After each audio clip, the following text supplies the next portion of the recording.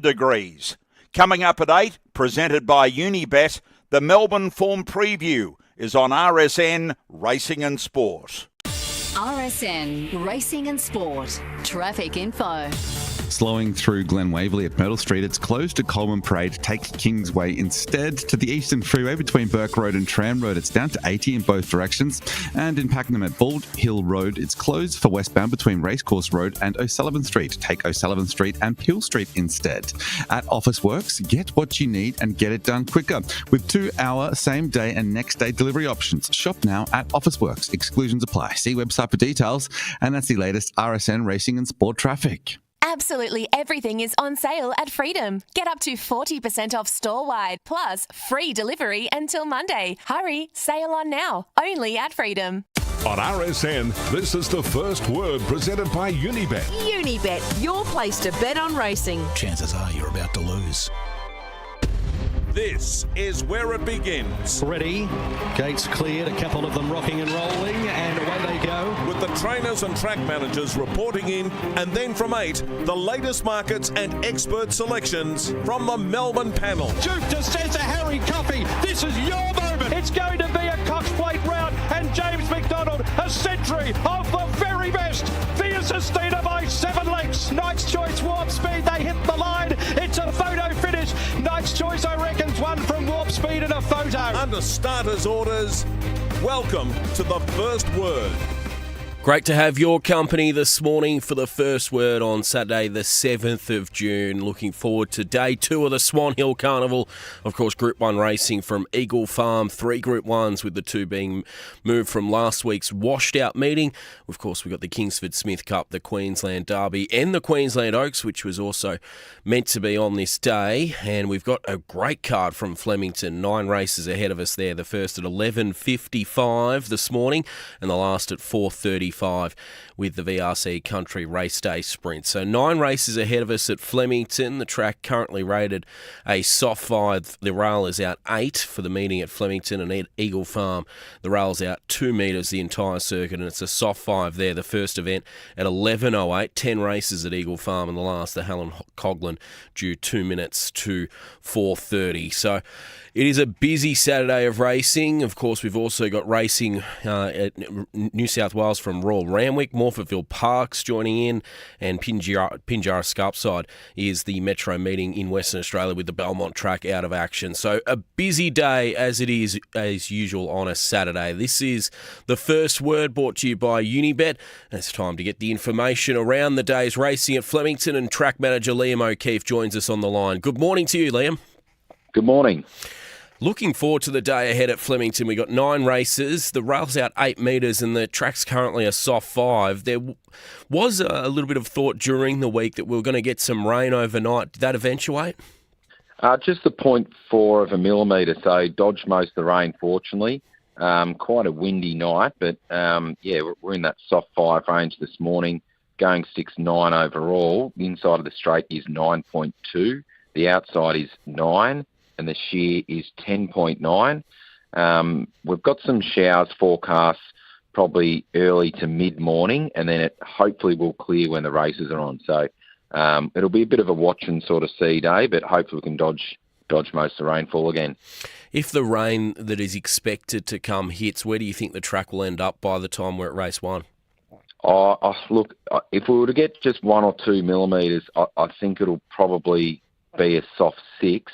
But in saying that, if we get less than a millimetre, I think we can stay in that soft 5 range. So I think where we are for the first race, I think that'll be where we are for sort of most of the day.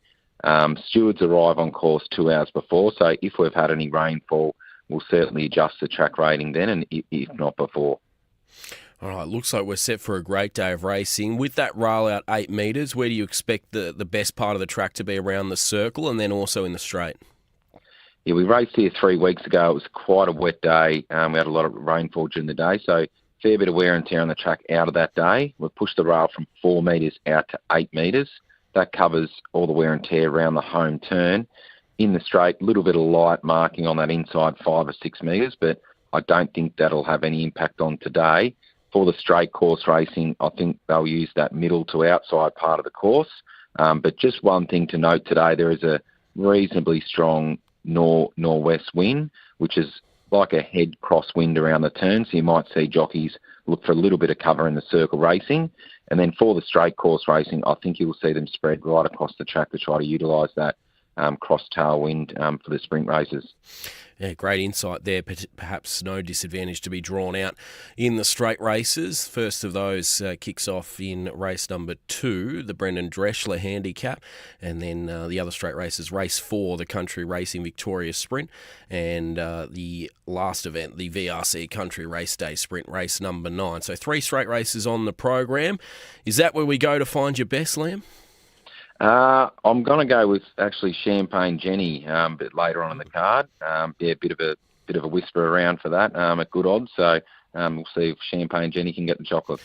All right, that's race 8, number 9, Champagne Jenny. Shane Jackson training there for the Otobre family, and of course having the Jenny moniker, and was well tipped yesterday by Mark Hunter. So got some momentum going in with Champagne Jenny today. Best of luck with the day ahead, Liam. Great, thanks. Enjoy the day. There's Liam O'Keefe, track manager from Flemington. It's a good day of racing. It always is this weekend, the traditional Flemington meeting across the Labor Day weekend here in Victoria. And you look through the card and there's some top horses going around. Race number 7, nonconformist, 105 handicap Raider goes around in race number 7. And also a really good contest, the last. You got the likes of Ryanberg, El Salado, and also Namesake, who was a last start Caulfield winner. So that's amongst a really good day of racing, with the Vobis Gold Mile perhaps the feature, race number 5 with Pounding and Jimmy the Bear in that one. Eagle Farm, talking of good horses, they've got plenty of them going around today. First of the Group 1s kicks off in race number 7 there at about 2:40. And then you have the Queensland Oaks and the Queensland Derby. And track manager Ross Smith joins us on the line. Ross, much different set of circumstances this week. You haven't had to have your eye on the rein this week. No, we've had a pretty good week this week. A bit of westerly winds come through early to help us out. We had a little bit of shower come through on Monday night. We put a couple of mil of irrigation on it just to wash some fungicides through for us. The track's come up to soft 5 this morning, and we should get improved during the day. It's an incredible draining track, this Eagle Farm track. When did you get into that soft range after the big deluge last week? Well, it wasn't heavy rain. It was all misty rain that was sitting on top of the profile. That was what the kickback was. We got more rain after the races got called off last Saturday. We had 26.5 mil for Saturday night last week. Yeah, wow. It's just incredible how that track performs. How are you expecting it to play today with the rail out 2 metres and it's on a soft 5? Are you expecting it to be really fair? Yeah, well, we've got a bit of dew on it at the moment, a bit of cloud over top. It's supposed to clear by lunchtime. Just looking at the moment, it's moving pretty quick. It'll play pretty fair. The first couple of races, the dew will still be on the track because of the little overcast conditions at the moment, but it'll dry out once the winds come through and the sun comes out again. Yeah, looking forward to the day ahead. Of course, the Kingsford Smith Cup with a couple of scratchings, with the Stradbroke now being 7 days later, but you've got 10 runners in the Kingsford Smith, the first of the Group 1s at $1 million, and then the Queensland Oaks, still a full field in at the moment. We'll wait for scratchings, all the emergencies there, 5 emergencies could be missing a run, and the Queensland Derby, you can take out 2 horses there from the Derby. The Muffin Man gets into the field for Charlotte Littlefield, which will be surely well respected by punters. Best of luck with the day ahead, Ross. I hope it all goes swimmingly for a Super Saturday. Yeah, good big day of racing for us. A lot of horses, and I hope everything goes well. Beauty. We'll look forward to catching up with you next week ahead of the Stradbroke.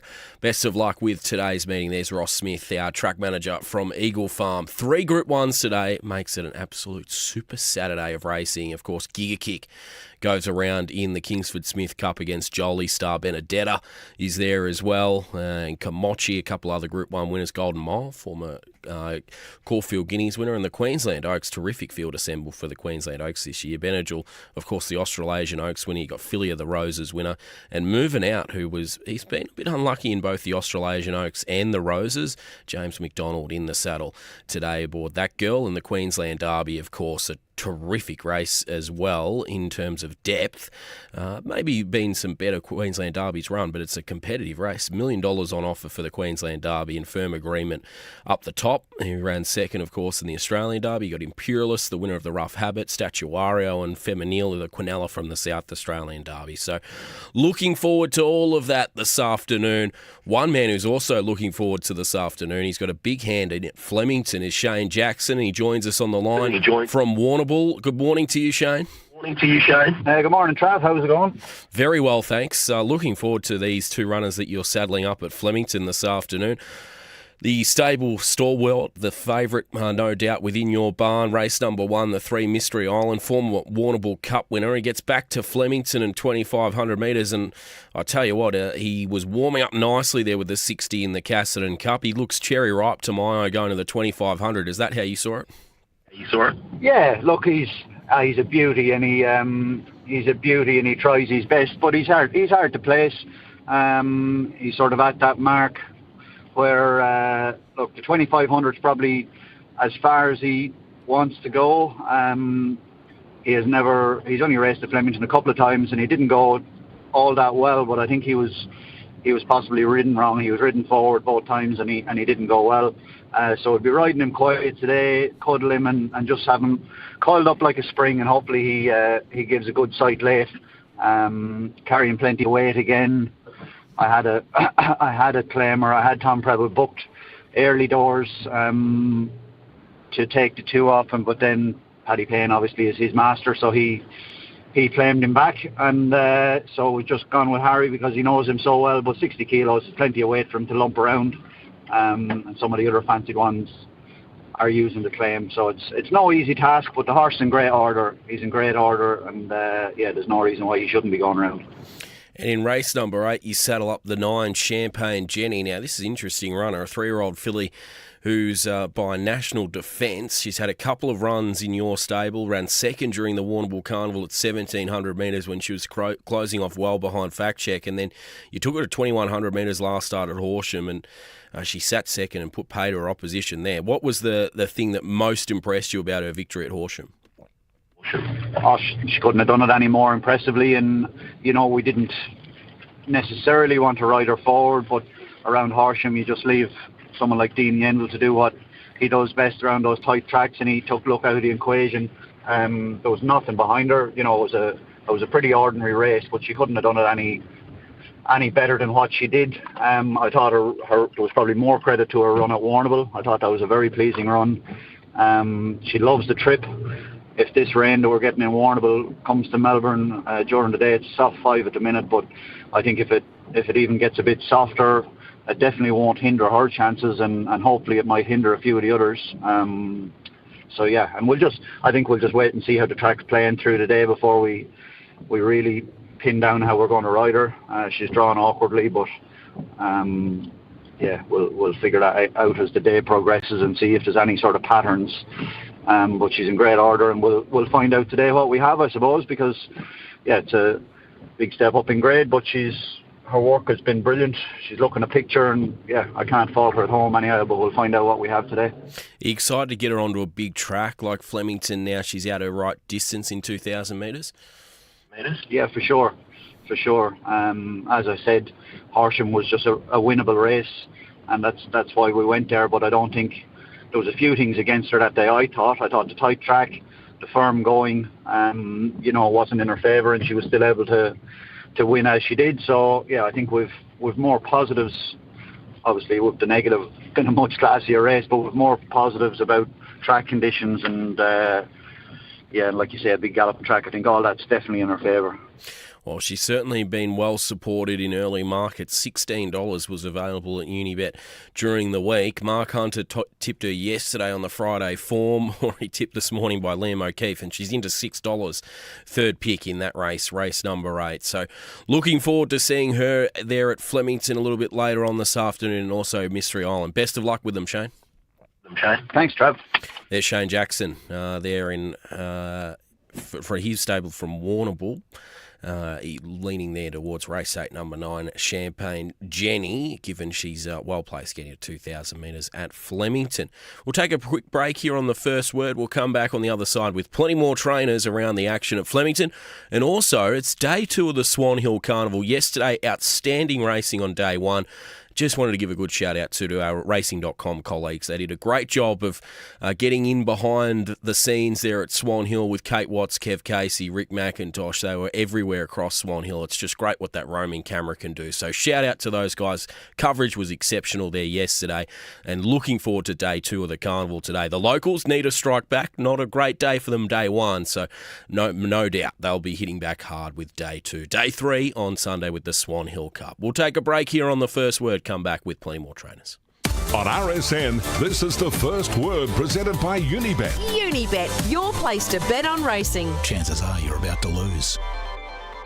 Unibet Same Race Multi-Insurance, adding more to your multi. This Saturday on races 5 to 8 at Eagle Farm and Randwick, if your 3 or 4 leg same race multi loses by 1 leg, get a bonus bet back. And on races 1 to 4 at Eagle Farm and Randwick, get a bonus bet back if your horse runs 2nd or 3rd. Bet now on the Unibet app or at unibet.com.au. Unibet, your place to bet on racing. Eligible existing Unibet customers only. Limits, terms and conditions apply. Chances are you're about to lose. For free and confidential support, visit gamblinghelponline.org.au. I'm going to tell you what I really think I like about Mondays. G'day, it's Matt Nevitt here. I'm in charge of breakfast on your King's Birthday Monday, and it's going to be busy. Craig Gabriel will join us after the French Open men's final overnight. Jordan Lewis wraps up the footy so far, all before a preview of the crucial clash between Melbourne and Collingwood. We'll have the early mail and plenty more before we hand over to Andrew Bensley on Racing Pulse. At 8:30, we'll kick off with the verdict with Mick Sharkey and Matt Welsh, with plenty to say after Eagle Farm's Group 1 treble. And we'll start the countdown to the Stratty. That's your King's Birthday morning. This Monday morning from 6 on RSN Racing and Sport. Every year, we help thousands of people like you control their gambling. So, we get that every story is different. We get there might be setbacks along the way. We get that you might need lots of support, or just the odd call. To change the way you think about gambling, call someone who gets it. Call Gamblers Help on 1800 858 858 or visit the Gamblers Help website. Feel the thrill of the 2025-26 season with an MRC membership. That's 80 race days across 3 tracks: Caulfield, Mornington and Sportsbet Sandown. Unlock unrivaled access to 13 Group 1s, plus exclusive dining, guest passes, MCC reciprocal rights, and of course, access to the Sportsbet Caulfield Cup Carnival. The roar, the rush, the thrill. This is your season to feel it all. Join now at mrc.racing.com.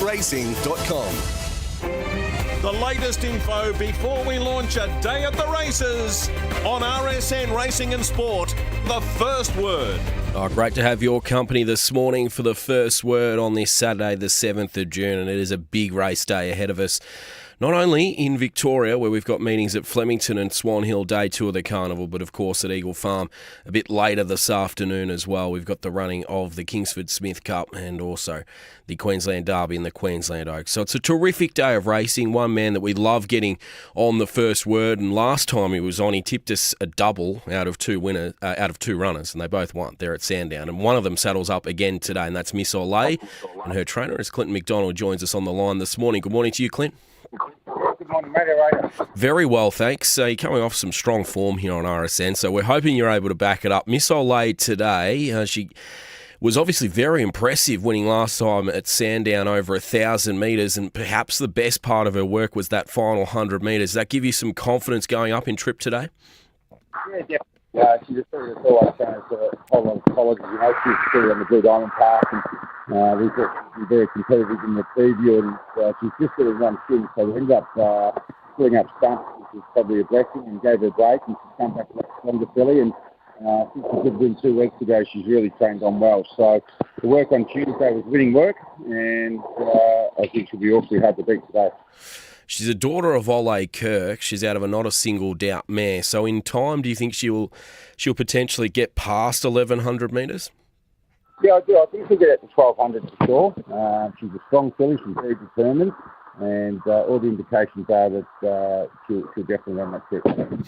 We heard from Liam O'Keefe this morning that he's predicting horses up the straight course to come to the middle to the outside. You're drawn barrier 11, so definitely no disadvantage hearing that. What's the idea with the tactics today? Is it to ride her cold again to finish off late?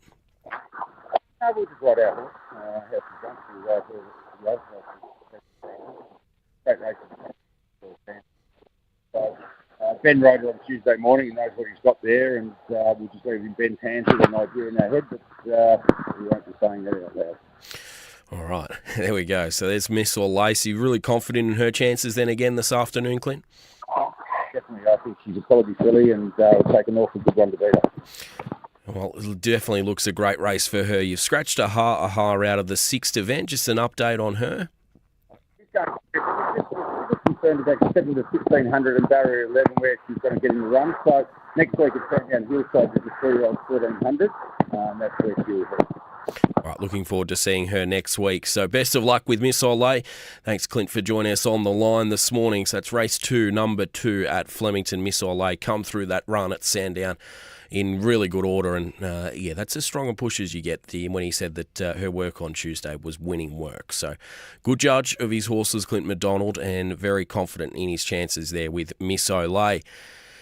Time to get a few more trainers on the line this morning. Ben Hayes, of course, the Hayes stable have a great team of runners every Saturday usually, but they had a great Saturday last week with Madeira and Dublin Journal, able to win at Caulfield. And when you open up Racing Australia, there is names everywhere for the team running across the country today. And Ben joins us on the line. Good morning to you, Ben. Good morning. How are you? Very well, thanks. Let's kick it off at Eagle Farm. 3 Group 1 runners there for Super Saturday, and we've got Rise at Dawn going around in the Kingsford Smith Cup. How's the week off done him? No problem. Just a little bit of a disaster for him because it was going to be a good lead-up run into the Stratty. But the horse has absolutely thrived. He worked fantastic earlier in the week, and it was a great piece of work. So he's fresh and ready to go, and we're realistic. It's a very competitive race, but I think the speed map looks like it suits him. The inside draw should be good, and he'll definitely run very well. And hopefully, if he pulls up well, we'll be looking to back him up into the Stradbroke. Does that mean, with an eye to the Stradbroke in 7 days, that you may ride him a little bit more conservative early? He's a horse that just naturally puts himself in that position. So I think we'll just ride him the same. He'll need a good hit out anyway. And, I don't think we'll change too much up with him.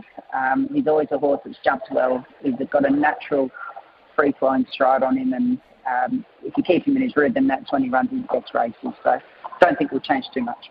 In race number 8, the Queensland Oaks, the second of the Group 1s today in Brisbane, you saddle up the 6 Jenny's Meadow. She didn't get to the Victorian Oaks in the spring. She was very competitive in some of the lead-ups, but she's come back in this preparation seemingly in great order. Her run in the Roses to the eye was terrific, and then you have a look at the sectionals, and she was absolutely rocketing home relative to the race. How's she trained on since that performance at Doomben?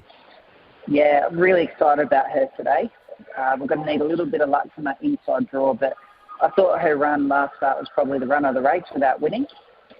She made a long, sustained run, and the last 200 was still very strong through the line, and she kept going. So she's giving us every indication that the 22 should be no problem.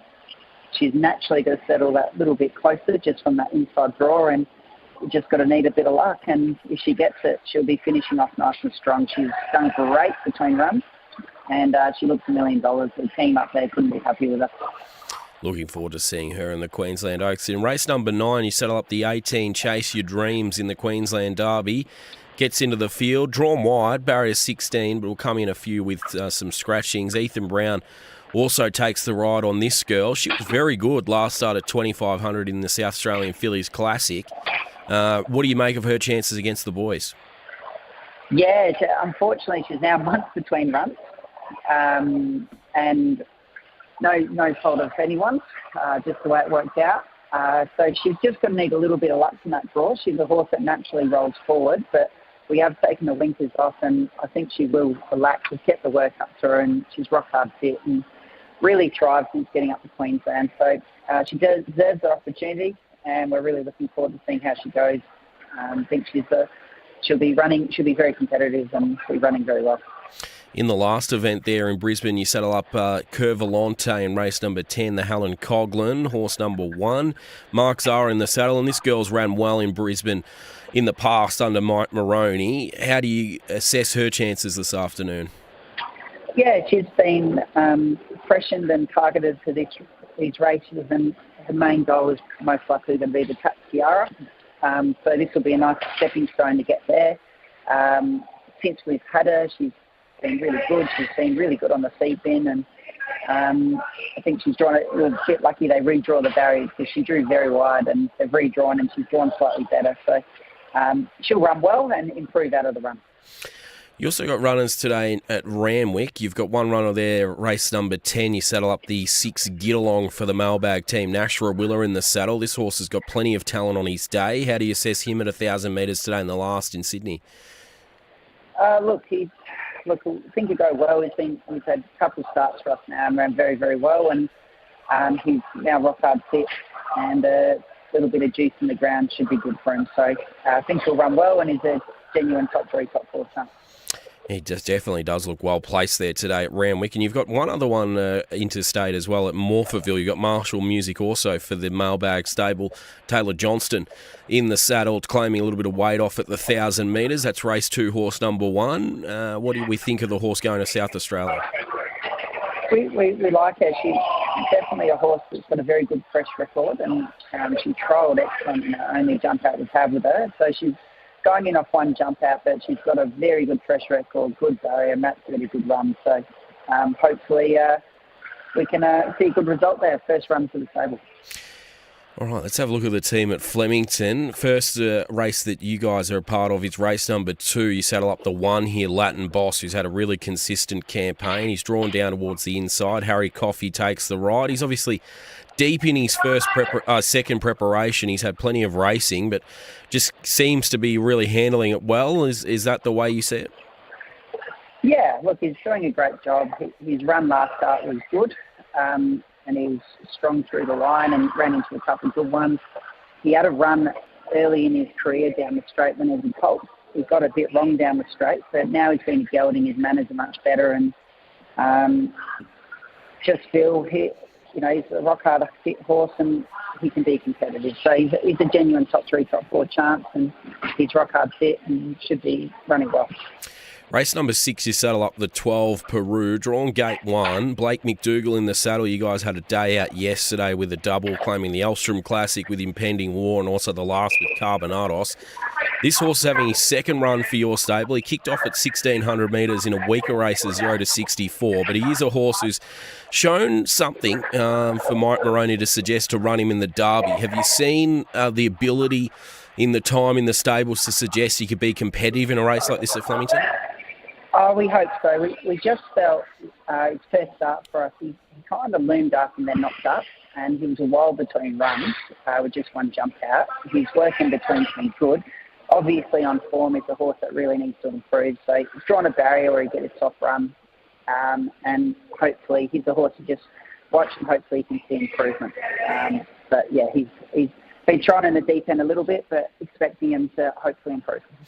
In race number 7, you saddle up the 6 Macram there at Flemington. This is a horse who's got an incredible record at Flemington, and he seems at this age he just doesn't necessarily perform to his best away from Flemington. He's had 11 starts here for 4 wins. He pops up at a price every now and then. Last time, what do you put down his average run out at Sandown to? Little things didn't quite work out. We wanted to ride him cold that day, and he flew the gates and ended up sitting outside the leader. And it just didn't. He's a horse that needs to find the bum and relax and hit the line. So put a line through that run, and he can definitely run well here. Looks like there's rain forecast through the day. He's in one of the later races. He's got a great record at Flemington. We're going to look to ride him colder, find the bum and hit the line. And if he goes through when he's only won at big odds. So I think he's backable odds today, which is good. I think he's got 24, 25 to 1. Yeah, that's exactly right. That's his price, isn't it, Macron? And you can certainly have something small on him there today at Flemington. Just having a look at his price now in race number 7, he is $23 at the moment with Unibet. And I reckon knowing Macron, you probably get a little bit better than that. So, yeah, he might be worthy of something there each way. And in the last... Definitely have him in the quaddy. Yeah, exactly. Yeah, he's the ultimate quaddy killer at Flemington Macron. And race number 9, you've got the 3 Rheinberg running in the race. You decide to scratch Crosshaven, but Rheinberg kicks off his preparation here. And to me, he's always looked like a horse who could be effective up the straight track. He's got a great turn of foot. How do you assess him first up at 1,200 metres?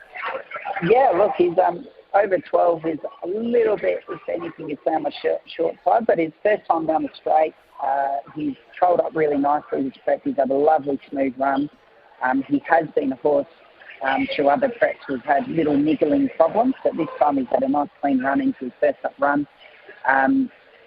It's a little bit of an experiment to see if he handles the straight, and this will really bring him on for his future runs going forward. But we're very happy with him. He seems great. He's lovely and sound, and I think it's a nice kick-off for him. And he's a horse that loves a bit of give in the track, so if it is a wet track, it will be no problem for him. Yeah, he gets that all-important claim too with Logan Bates, who's absolutely going great guns at the minute, and drawn that outside part of the track with Liam O'Keefe suggesting this morning that the straight track could race to favour those coming towards the outside and middle part of the straight. So, yeah, he's certainly drawn in the right part there. Rheinberg, what's the best of the day for the team at Flemington and then also interstate for you, Ben? Good question. Flemington, we had a couple of scrap things. Probably Macron each way, but long shot, not super confident. And I really, really like Jenny's Meadow up in Queensland. I think she's a genuine top 3 chance. All right, a lot of confidence around her in the Queensland Oaks. So that's race 8, number 6, Jenny's Meadow up there at Eagle Farm, and race 7, number 6 at Flemington Macron on an each-way basis. Ben, best of luck with the team across the state. Hopefully there's a winner or two there. Yeah, thank you very much. Thanks for having me on. There's Ben Hayes, of course, the co-trainer of the Lindsay Park operation. I call him the senior trainer of the boys. He's the oldest, so he probably gets that mantle, and they're doing a great job at the moment, the Lindsay Park stable. One team that's also had a great run over the last couple of months is Robbie Griffiths, and his stable's been in great form. He joins us on the line this morning. Good morning to you, Robbie. Good morning, Trav. Looking forward to the day ahead with your team. You've had a really great little run of late, and it all kicks off for your stable in race 7. This horse has just been in absolutely flying form, Libramy. He gets up to 2,000 metres today. He was able to win at 1,800 last time. He's the first horse I wanted to sort of touch on from your stable. I know you've got runners earlier. How's he come through that win last start at 1,800? Yeah, really well. He ticks some boxes there for the first time we lengthened him in Journey, and he was very, very dominant. And so that gave us good confidence going into today that you would think, based on the strength of that win, he would be well and truly okay at 2,000 metres. So, yeah, looking forward to seeing if he can make it 300 trot. He hasn't had a huge gap between runs, but talk us through the idea to give him a jump out between going from 1,800 up to 2,000. As a young horse, he used to, surprisingly, now when you see his form, he used to lead in 800 metre jump outs, and he was leading in 1,000 metre 2-year-olds, and he was very disappointing. He was using his speed at the wrong end. So we had to teach him to relax and basically sacrifice some trials and runs to get him in the right headspace. And once we did that, he developed into the horse that you see now. So because he went up in distance again, we thought we'll just keep him nice and relaxed and let him bowl around behind the field so that he's not too fresh today. Yeah, it certainly looks a great race for him at 2,000 metres for the first time, and he's drawn out. Is the plan just to ride him like you have been and let him sort of flop out the back and then find the line? Yeah, that's the plan. I don't know exactly what position that'll put him in, but probably in front of 3 or 4 or something like that. Very similar to last start. We don't want to change anything. It's been working well for him, so we'll just try and just do the same, and let's hope we get the same result. Yeah, he certainly looks well placed there. Giant McNeil having to ride a kilo over his allotted weight at 53. Stewart's giving him permission to ride at 54 kilos, but he does look very well placed there in race number 7, Libramy. You've got a couple other runners on the day. Race number 2, the 6 Victory Tune. This guy's been in a lot of these 2-year-old contests. You get the claim for Logan Bates. Is there a chance he can improve on what he's been showing of late? Oh, well, I think that he's a lot better horse than the finishing order that he's been running in. He was a horse that wasn't finishing on, so we snagged him quiet and to teach him to run on, and he did that really well at Pakenham, running third to Latin Boss. So that form line's been quite good. And then his Sandown runs were also very good. Like last start, he ran the best sectionals and he ran on late and broke 11 seconds in the last 200 metres. He ran the best sectionals at Caulfield when he ran 7 to 9 on the leaders track at the Heath and so on. So you would think the extra 100 metres would suit him. Now he's got into the groove of being ridden quiet and finish on. And because he's been strong his last 200 metres on both occasions, we're hoping that he'll suit the Flemington racing of where they bunch up a bit and sprint home pretty quickly. So we're confident that he can take a step, but he has to do it, but his sectional time suggests he can. Yeah, he could be one that could jump out of the ground up to 1,100 metres. So he's a reasonable price there today at $18 with Unibet at the moment. There, of course, Victory Tune. Looking at the rest of your runners, we go to race 6, number 6, Zoo Rain. This horse was able to win here last time at 1,400 metres, and geez, he went up a massive price during the week. He went up $23 on the back of that victory. He's been smashed into $9, but gee, Robbie, there's nothing from my perspective to see why he can't run a really big race again going to 1,600. What have you seen since his win at Flemington? Well, he's been really good, and he come through the run in super order, and I thought it was a pretty tough sort of win, a really good ride. He's not known at the distance yet. He has won 1,500 at Moonee Valley. It wasn't a strong one because we went forward on him just to get the job done. We're giving a little bit of a softer ride at Flemington last start. He was very good when winning. He looked like he'd run 1,600 no problem when the way he ran last start. So I think if he can get a similar ride from a good draw, you would think that he could run the 1,600, and that being the case, he's well and truly in the mix. It's a very open race, of course, but he's well and truly in the mix. Yeah, he's definitely here, the race in good form. And another girl who's in great form from your stable, but she's been a little bit unlucky at her past 2, is I Only Wish. She goes around in race 8, horse number 5, gets up to 2,000 metres on the 7-day backup, and gee, probably you had a tough watch last week. She was just held up at a vital stage, and unfortunately Mediah was off and gone, and you just couldn't peg back the margin. How's she come through the run? She's come through the run super, hence the reason we've elected to back her up. We were going to wait 3 weeks for the next 2,000, but she's come through the run in good order, and she's looking, both Luke Curry and John McNeil thought that the 2,000 metres is what she needs, and we kept her at the 1,600 because that was the girls' distance on offer last week. But if you want to stretch her out in distance, you've got to take on the boys, and so we're doing that today.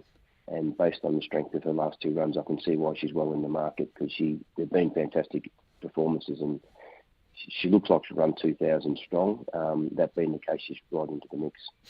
You must be confident as well getting her back on a big track. Of course, her 2 wins have come at Pakenham, and she's been unlucky in both performances at Caulfield. So you think getting to Flemington is going to be a real positive for her? You would think so. The only thing we don't know is that it is on soft ground. She's not. She hasn't been overly, exposed to it. So she did run a place on it at Pakenham in the heavy. She wasn't beaten far. I don't know how strong that race was, but she handled on that occasion. So if the track turns a bit messy, I don't think it'll be too big a problem. But she certainly would love the big track. There's no doubt about that. You've got a really strong team going to the races today. Out of your 4 runners, who's the best of them, you think, out of the 4? It's a toss-up between I Only Wish and Libramy. Libramy's he's got the form on the board. He's completed the wins at the grade, so and he's on the minimum weights or +1. But so you probably have him slightly ahead of I Only Wish. But we've got a good lineup, so hopefully we can have a nice day out. Yeah, it does look like a really good team that you assemble at the races today. Best of luck with the runners today, Robbie, and thanks for your insight. Good on your track, thank you. There's Robbie Griffiths, of course, with 4 runners today at Flemington, and he was pretty split when he had to offer the best. Race 7, the 13 Libramy, and race 8, number 5, I Only Wish. I Only Wish definitely a better price at the moment, so she goes around in the second last, the penultimate today, and she's $4.80, second pick behind Chocolates at $3.80 in that market with Unibet, whereas Libramy is the favourite in race number 7, getting to $2,000 for the first time. He's $3.20 there with the Unibet market, looking for 3 in a row. We'll take a quick break here on The First Word, brought to you by Unibet. We'll come back on the other side with a few more trainers. On RSN, this is The First Word presented by Unibet. Unibet, your place to bet on racing. Chances are you're about to lose.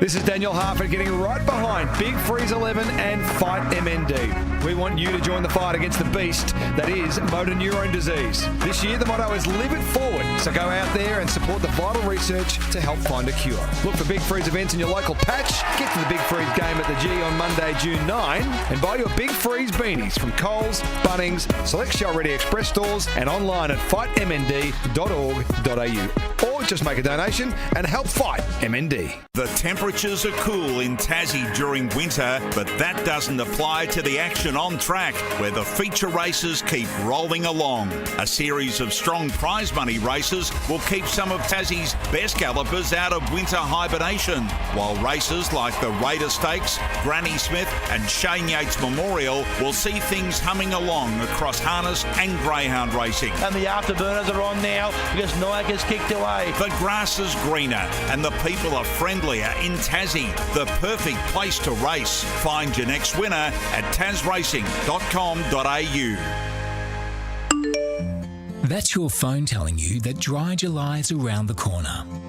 So jump online to sign up today. You'll be helping local cancer support services and raising much-needed funds for Australians affected by cancer. Do it for someone you love, a friend, family member, or even just for the challenge. You'll feel amazing inside and out. Plus, July is so sober-rated. You've got this, Australia. Sign up now at dryjuly.com. RSN Racing and Sport has teamed up with the biggest show in golf, America's PGA Tour. Oh, what a shot. Nearly made it. Each week, you'll hear the action live on RSN Extra 2.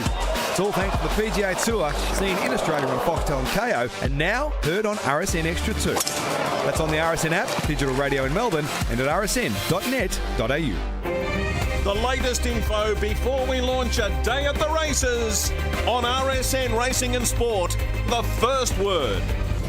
Great to be back on The First Word this morning, Saturday the 7th of June, a super sad day of racing across the country. We've got racing from Flemington, 9 races ahead of us. Day 2 of the Swan Hill Carnival and, of course, Group 1 racing from Eagle Farm on a super sad day there with 3 Group 1s and 1 trainer. Who is well represented with his team across all those 3 venues is Trent Busson, who joins us on the line. Good morning to you, Trent. Good morning, how are you? Very well, thanks. I want to start at Swan Hill. This is a carnival. You love the country racing carnivals, and you send up one called Little Birdie to one of the races there, a 0 to 58, but race 6 there, horse number 11 over the mile. Linda Meach in the saddle from a wide draw. So is that just a go time for Linda to send it forward? No, she'll be going back. She'll be going the other way. She's a slow beginner. I'd love to put her up in the race, but she just doesn't begin good enough to do so.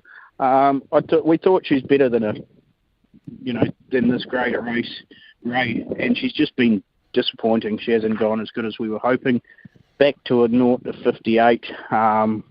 If she can run the same sort of race that she raced at Pakenham last week in the 64, it's probably good enough to win this race. Obviously drawn wide, but they were coming down the centre of the track yesterday. I'm picking it'll be even more so today, so she certainly can be very hard to beat.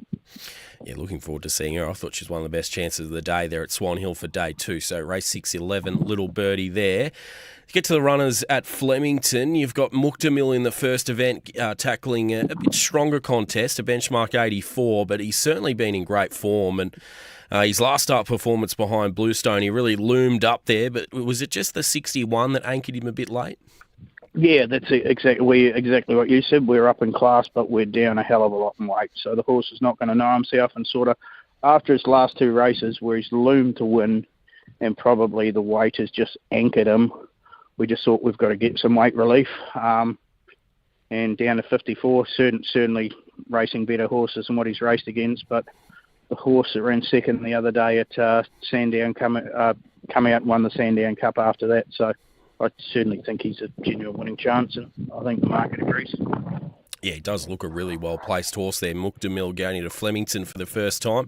King of Enterprise, another one that you're going to saddle up at Flemington, goes around in race 6, horse number 5. This horse was really impressive, winning at the Warrnambool Carnival, and before that he won well at Flemington. And, well, last start, I just think we have to forgive Trent. It was just a car crash. It was horrible to watch from the gate to the he doesn't help himself. He begins slow, so statistically he's probably always going to run into bad luck, but he's drawn a midfield gate, which will be great. Flemington, nice big straight. Again, he's another one that you just can't get out of that trait of beginning slow. So we know what we're dealing with. Daniel Moore's ridden the horse a couple of times. If he can be midfield sort of one out, get to the centre of the track, I think he can win. Yeah, it does look a good race for him. And you must be excited to get him to Flemington too. He was so impressive on a big track at Pakenham, and then obviously last start he was on a big track but had no luck. You'd think Flemington would just suit him down to the ground. Yeah, I think it's easy to say, but arguably he could be unbeaten. This prep, he should have won at Pakenham first up. And yeah, last time was a no-go, so any luck, and hopefully storming down the outside. Race 7, you saddle up one horse who has a great association with Flemington in Shayar, horse number 8. He's been racing just extremely well in 2025. Of course, he placed here in Australian Cup Prelude behind Middle Earth and Duke de Caesar. He then ran an Australian Cup, which he found a bit tough. But last up behind Immediacy, I thought he was really good. How's he trained on since that run? Yeah, great. And this is his distance. This is his track. He brings his best form, 2,000 metres at Flemington.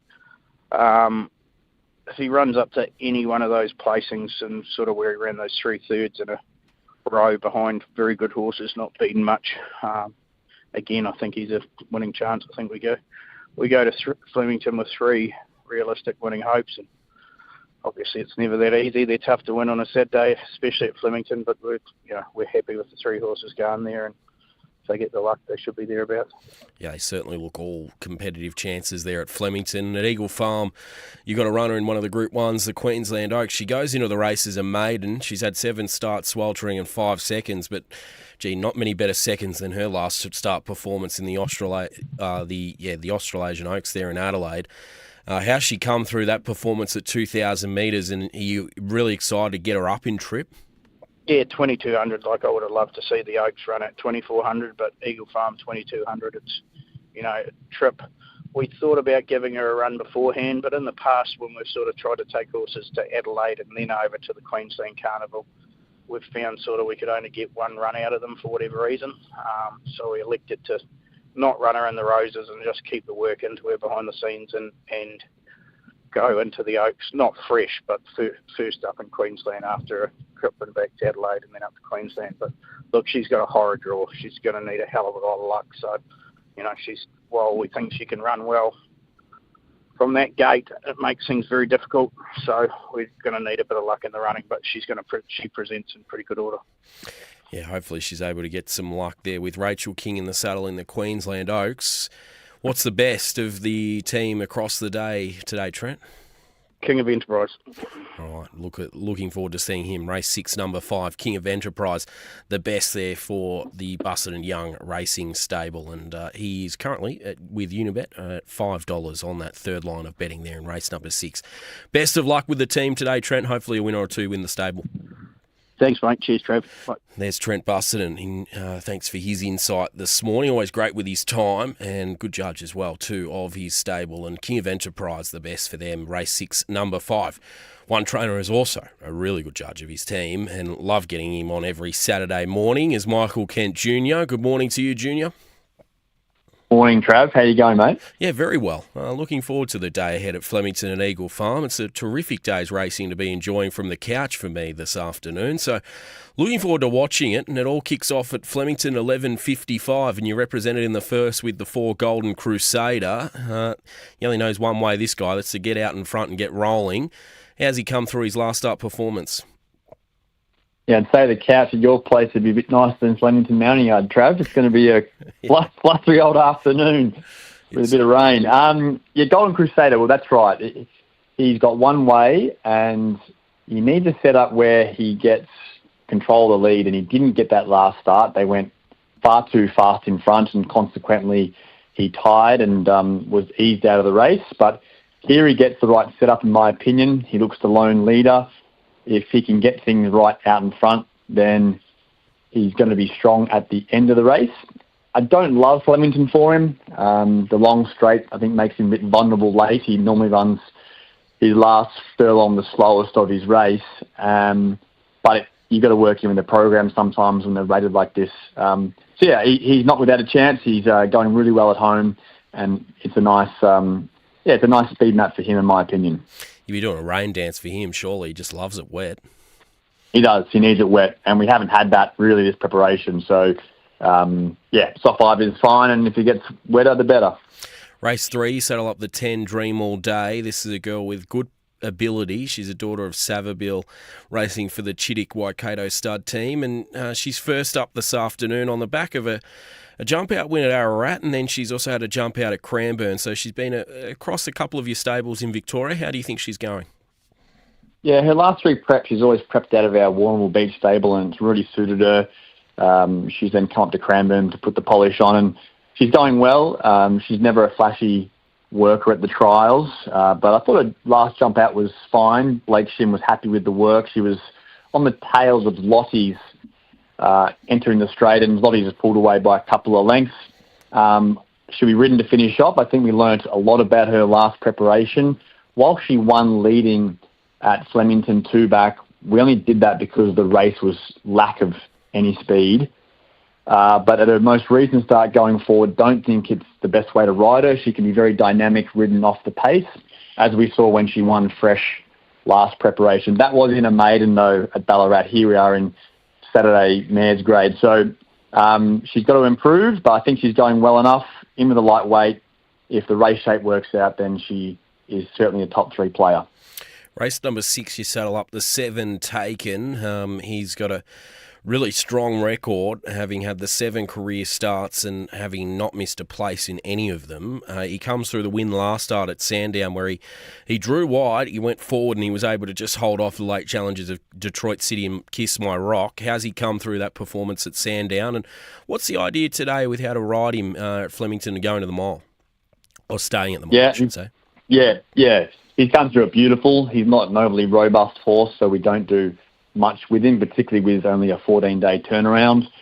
I think he'll just float forward, much like last time. I think that was an easier race, and he did get away with some cheap sectionals near the pace. It was a very good ride by Jamie. I think it's a similar setup here, just float across comfortably in his own rhythm. He'll be in the first 4 somewhere. There are some key scratchings this morning, which really make it a bit easier for him. Likes of Calcalo, Ahaha, Dark Simba are all hard to beat. It's a slightly harder race than last time. He's taken no ill effect. He's going well. And as you mentioned, he's yet to miss a place. So I think no reason why he shouldn't be running top 3 again. And we'll be looking forward to going to 10 furlongs next time out. All right, up to 2,000 next time there with Taken. But yeah, definitely looking forward to seeing him at the mile again. He's built such a consistent record, and one horse has had a really good preparation before probably his last run, where he disappointed a bit there at Caulfield, was Pivot City. What do you put down his last start performance to? He's still in the wrong part of the race. He was in the ruck, in amongst runners and down near the inside. It was hard to make ground. Still, though, there were horses probably with inferior ability who, worked the line better than him. They were beside him in the run. We've given him time between runs, 4 weeks, going in fresh. I think it's fair to say he's at the end of his preparation, so that is the big question mark. Which way is he trending? I don't think there's improvement in him, but I expect him to run well. The other thing is, Barrier 1 last race of the day down the straight at Flemington. He did win from Barrier 1 first up down the straight over 1,100. It was a big win that day. But yeah, it's not easy. So if I was having a bet on him, I'd be waiting to watch 8 races first. And if you can't win down near the inside, well, it's going to be more difficult, isn't it? But rest assured the horse is in fantastic order. He galloped very well Tuesday morning. He's very sound. He's scoped up clean, so he's going in good order. Just need things to work out for him and for him to, show somewhere near his best. He probably should have won his first 3 starts this preparation, and as you said, last start was not his best run. Right, so looking forward to potentially a bounce-back run then by Pivot City today at Flemington on the basis of his work. What's the best of the runners at Flemington, and also the strongest chance of those interstate? Yeah, I think Dream All Day is a nice each way bet. The price, I think she'll run well with a lightweight, fresh up, and I'm looking forward to seeing her on soft ground. I think our 2 at Randwick both love heavy conditions. Blazing Harry is probably over the odds in my opinion. I think he's still a very progressive horse and ran well first up. Grand Impact loves it wet. He's much fitter. And I should mention Kitty Rose up in Queensland. I think she's worth a little tickle on the place bet. I think she's over the odds there and drawn to get a nice run. All right, interesting galloper there. Kitty Rose, race 6, number 15. Craig Williams in the saddle at Eagle Farm in the Spare Chief handicap there, over 1,500 metres. The imported galloper who ran at Queen Anne this time last year. So looking forward to seeing her. Best of luck with the team today, Michael. Thanks for joining us. You're welcome. Thank you. There's Michael Kent Jr. Best of his chances at Flemington. Race 3, number 10, Dream All Day at an each-way price there. First up today, the daughter of Savabeel. And she was an each-way price. I woke up this morning, she was $4.40, but she's now into $3.10 and clear favourite there in race number 3. We'll take a quick break here on The First Word, come back with the best push of the morning and also give you the scratchings ahead of the Melbourne panel from 8 a.m. On RSN, this is The First Word presented by Unibet. Unibet, your place to bet on racing. Chances are you're about to lose. The Doorbuster sale at Doors Plus for 4 days only. Save up to 50% this weekend. And we can fit, paint, stain and deliver. Visit a showroom for a free measure and quote. At the 4-day Doorbuster sale ends Monday. Doors Plus, no fuss. Here's another weekend offer from Bet365. Today, Bet365 will be mega boosting Front Page in the Group 2 Moreton Cup and Jolly Star in the Group 1 Kingsford Smith Cup, both at Eagle Farm. Check out Bet365 from 10 a.m. and see why it's never ordinary at Bet365. Subject to availability, eligible customers only, terms and conditions apply. Chances are you're about to lose. For free and confidential support, visit gamblinghelponline.org.au. Every year, we help thousands of people like you control their gambling. So, we get that every story is different. We get there might be setbacks along the way. We get that you might need lots of support, or just the odd call. To change the way you think about gambling, call someone who gets it. Call Gamblers Help on 1-800-858-858 or visit the Gamblers Help website. Your team's performance reviewed and rated by 3-time premiership player Jordan Lewis. The Weekend Footy Review, Monday mornings from 7:30 on RSN's Breakfast with Heart. The latest info before we launch a day at the races on RSN Racing and Sport, The First Word. Oh, how good is it? A Saturday morning, just building up towards the races, and gee, it's a great day of racing today. Flemington, 9 races. We've got Swan Hill Day 2 of the carnival there, 8 races. The first event at Swan Hill, always a beauty, the 975 maiden for the 2-year-olds. We've had that race in the past, won by the likes of Harada-san, who kicked off his career back in 2006 at Swan Hill before going on to Group 1 glory later in his career. Of course, a winner of a Doncaster Mile and then won a Queen Anne Stakes, and also Under the Louvre won that race, and he was a victor, of course, of a Stradbroke, the big feature that runs next week, and he was able to win there at Swan Hill. There's also one tip there this morning, Torretina. He's gone up favourite in the jump outs for him for Matt Williams have been outstanding at Ararat and Horsham. So he's the one that I wanted to just make mention of there at Swan Hill. The best push, though, of the morning, I think it comes from a trainer who has a runner at Swan Hill. He gave a reasonable push, Trent Buston, to Little Birdie, who goes around there in race 6, but easily the best push of the morning was for King of Enterprise. So that's race 6, number 5, Trent Buston there. He's $5 currently with the Unibet market. And it's time for the scratchings this morning. No Sean Cosgrove in the house, so we'll go through it with you this morning from Flemington. You can take out nothing from the first. We're all clear in race number 1. Race number 2, you can take out the 3, Loop Delado. So race 2, 3. Race number 3, you can take out the 4, Pariah Pearl, and the 6, Stylish. 4 and 6 out of the third. Race number 4, you can scratch the 11, Romani Itdamum. Number 12, Sun Setting. Number 13, Behaviour. 11, 12, 13 out of the fourth. Race number 6, take the 2, Kelkello. The 9, Aha Aha. The 10, Dark Simba. And the 13, Forest Gym. 2, 9, 10, 13 from the 6th. Race number 8, take out the 4, Hot Majesty. The 10, Kiss My Rock. The 17, Thunder Zeus. And the 19, Tabor. 4, 10, 17 and 19. And the final event, race number 9, you can take out the 2, Crosshaven, the 6, Caracassu, the 9, Telbrigar, the 15, Impressive Enough, the $18 Chaser, and also the 20, Ruda Royal. So that's the scratchings from Flemington. I'll just update you quickly with if there is any major scratchings from Eagle Farm in the Group 1 races there this afternoon. Of course, we've got 3 Group 1s, the Kingsford Smith Cup. The feature, you can take out 4 runners from the Kingsford Smith Cup today, race 7. You can take out 2 Private Eye, 3 Rothfire, 13 Bazusto and 14 Amina. In race number 8, the Queensland Oaks, you can take out the 11 Let's Fly, and then the emergencies, 20 La Cometa, 21 Madame Alexis, 22 Alavinia, and also 23 Lovey Dovey. And race number 9, the Queensland Derby, you can take out 12 St. Emilion, 19 Eclair Encore, 21 Liberty Park, 22 Prince Levi, and 23 San Jose Boy. So great racing ahead of us. On the other side of this, it's the news across a big Saturday, and then it's the Melbourne Racing Panel. David Gately, Mark Hunter, Nick Noonan to join us with the assessment from Flemington. Breakfast with Half and Racing Pulse. You can watch midweek mornings from 6 on rsn.net.au. Broadcasting throughout Victoria. RSN Sports Update. Good morning, I'm Andrew Bensley. In a dramatic few hours in the UK, Ange Postecoglou has been sacked as Tottenham Hotspur manager. The story developing live on Tottenham's TV. Wait.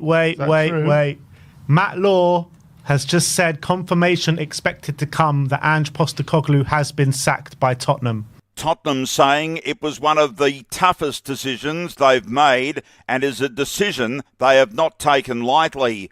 They face a payout to Postecoglou of around 8 million Australian dollars. Sky News in England suggesting Ange will be snapped up quickly. Off the back of that, in fact, I know he's going to get a very good job after this. There's already been clubs who have been very interested in Ange Postecoglou. Hard done by, many will say yes, because this club have been craving a trophy. Now to Flemington. The track is rated a soft 5, but morning showers are possible, says track manager Liam O'Keefe. Clinton McDonald has spring plans for Miss Olay. A race down the straight today is perfect timing. She had 4 weeks from her first run to her second run, and then we thought we'd like to see her down the straight before we head to the paddock and come back to the spring. So I think it's a lovely race for her. It gives her the experience of going down the straight. I don't think will be an issue, but just sets her up nicely for the spring. We think she's a high-quality filly. Tonight, we're back at Melton for harness racing. Here's the Trots' Ryan Phelan. Harness Racing from Melton hosts a bumper 11-race program with plenty of highlights. The Pacers Free-for-All sees a strong field assembled with Recaro Rebel and Can't Find a Better Man headlining the betting. While in the Trotters Free-for-All, Great Southern Star winner What's Up Party Time will start favourite over the sprint trip against a quality lineup. The first race gets underway at 5:04. In the French Open, Yannick Sinner has accounted for Novak Djokovic in their semi-final, winning in straight sets, and will now meet Carlos Alcaraz in the men's final. RSN Racing and Sport. There's a very high chance of showers around Flemington today and a top of 15. Tomorrow, more showers and just 11 degrees. Coming up at 9, it's Get On Now, followed by Snapshot on RSN Racing and Sport. RSN Racing and Sport. Traffic info. Slowing through Glen Waverley at Myrtle Street. It's closed at Coleman Parade. Take Kingsway instead. That's around some rail works. There's works also on the Eastern Freeway between Burke Road and Tram Road. It's down to 80 in both directions. And Metro Tunnel works in the city at Flinders Street. It's closed for westbound between Russell Street and Elizabeth Street, and for eastbound between Elizabeth Street and Swanston Street. Take Collins Street instead. 5 models with 5-star safety and 7 years warranty. Cherry have you covered. And from 23,990 drive away from the Tiggo 4 compact SUV. Hurry into your local Cherry dealership today. And that's the latest RSN Racing and Sport traffic. Unbelievable performance meets attainable luxury. The MY24 Volkswagen Golf R from 69,990 drive away. This is VW Unlocked. Ends June 30. T's and C's apply. This is RSN's Melbourne Racing Panel, presented by Unibet. Unibet, your place to bet on racing. Chances are you're about to lose. RSN Racing and Sport. Heard everywhere in Shepparton and the Goulburn Valley, all the way to the Murray on 1260 AM. This is Saturday morning's must-listen form hour. Set to go. Ready. Racing. The best minds in the business are ready to have their say. This is the Melbourne Racing Panel. Oh, great to have you with us for the Melbourne Racing Panel on this Saturday, the 7th of June. What a day we've got in store. 9 races at Flemington for this winter meeting. Just a watch on the rain at the moment. Liam O'Keefe suggesting about an hour ago that there could be some heavy showers this morning, so before race 1. So we're on watch and alert, just looking outside at the moment. Doesn't seem like it's hit right here at HQ, Racing Victoria. The Flemington track only just a couple hundred metres away from us, so it hasn't quite hit as yet, but wait and see around that meeting. But it's time to assemble the best minds in the business for this morning, and none better than Mark Hunter after a terrific week last week, 7-9 on the program at Caulfield, and he's got some momentum going into a big day at Flemington. Before we touch on Flemington, Mark, I know you love your country racing carnivals. How was first day of the Swan Hill Carnival for you on the punt? Morning, Trav. I didn't really get involved first up there. I thought it was pretty tough. I don't mind a couple today, so hopefully I can join in today and back a winner. And looking at that radar, I think the rain's about Avalon Airport, so it's on its way, just a matter of how much we get. Yeah, certainly. So we'll keep an eye on that regarding this meeting at Flemington, but it does look a really good day of racing ahead of us with the 9 races. What was your confidence level around the program today, Mark? I quite like it. I think there's some good value chances. Yeah, obviously I like Champagne Jenny, but I think there's a couple of value chances along the way. I was pleased to hear Trent Busselton's report for King of Enterprise. I'll be joining in there for sure. So I think it looks all right. Certainly does look a good program with the 9 races. We'll welcome in Nick Noonan this morning as well. He joins us again for the Saturday morning panel. No footy for you today, Nico, so chance to relax and enjoy the races. And what a day of racing we got ahead, not only at Flemington, but you love the Swan Hill Carnival as well. I know you do some of your best work on day 2, and we've also got an incredible card from Eagle Farm with 3 Group 1, so it's a punter's delight. It is, and wet racing in Sydney as well. So that seems to be the theme of the day, the wet tracks. Currently, soft 5 currently at Flemington, but I would assume we get to much worse later in the day, looking at how that radar is looking. I found a bit of value later in the day. A few of my selections have been scratched, which has taken the wind out of my sail a little bit, but hopefully we can still find a few that hit the frame. Yes, I hope that's the case, Nico. How did you see the meeting at Flemington from your perspective? Is it a day that you have confidence in?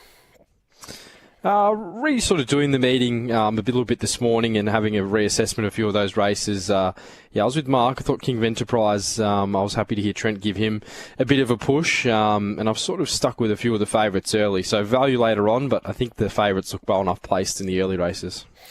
Yeah, they certainly do. So there's plenty of text coming through. 0416 50 50 90 50 52 if you want to join in the conversation. So that's 0416 90 50 52.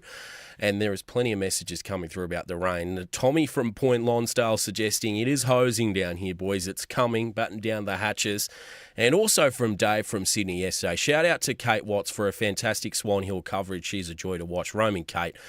It's interesting. You can get some very interesting characters there on Roman Kate yesterday on the coverage at Swan Hill. But, yeah, credit to the team there. They did a great job of displaying day one of the carnival. Gator, you're a big lover of the country carnivals, but you're a lover of Saturday racing as well. How are you looking forward to one of the best winter Saturdays that we've got from a long time that I can remember? It's a good card at Flemington, but the 3 Group 1s at Eagle Farm. Gee, we're set up for a good day. Yeah, look, it's the longest intro in history, but we'll roll with it. I want to cover a few things here. Now, yes, it's a fabulous off-season meeting. Yes, Eagle Farm looks phenomenal. It's held up pretty well, despite 104 scratchings so far. I haven't got to Adelaide yet. And the third thing I'll say is, it's great to give Mark a rap for 7 winners, but I think it's worth noting I had 7 as well. Unfortunately, for me, it was over 4 meetings, but we will take it and run with it. Look, you were nearly in the position there last week, Gator, when Fly hit the front at the 200 metres to be getting promos left, right and centre, and then you got run down in the shadows of the post from Big Swinger. Just give the listeners a bit of insight as to what was going through your mind when Fly got run down in the final 50.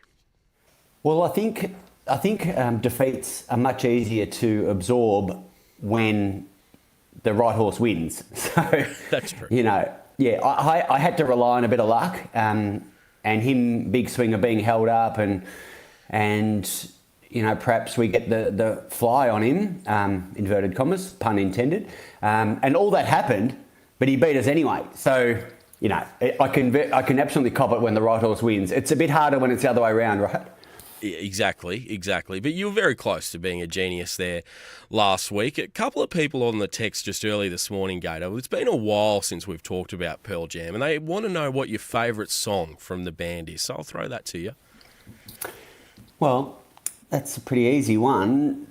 I think I think a song called Black is a bit of a life changer for many humans. So look, it's so that's the answer. I think it'll always be number one until the day I die.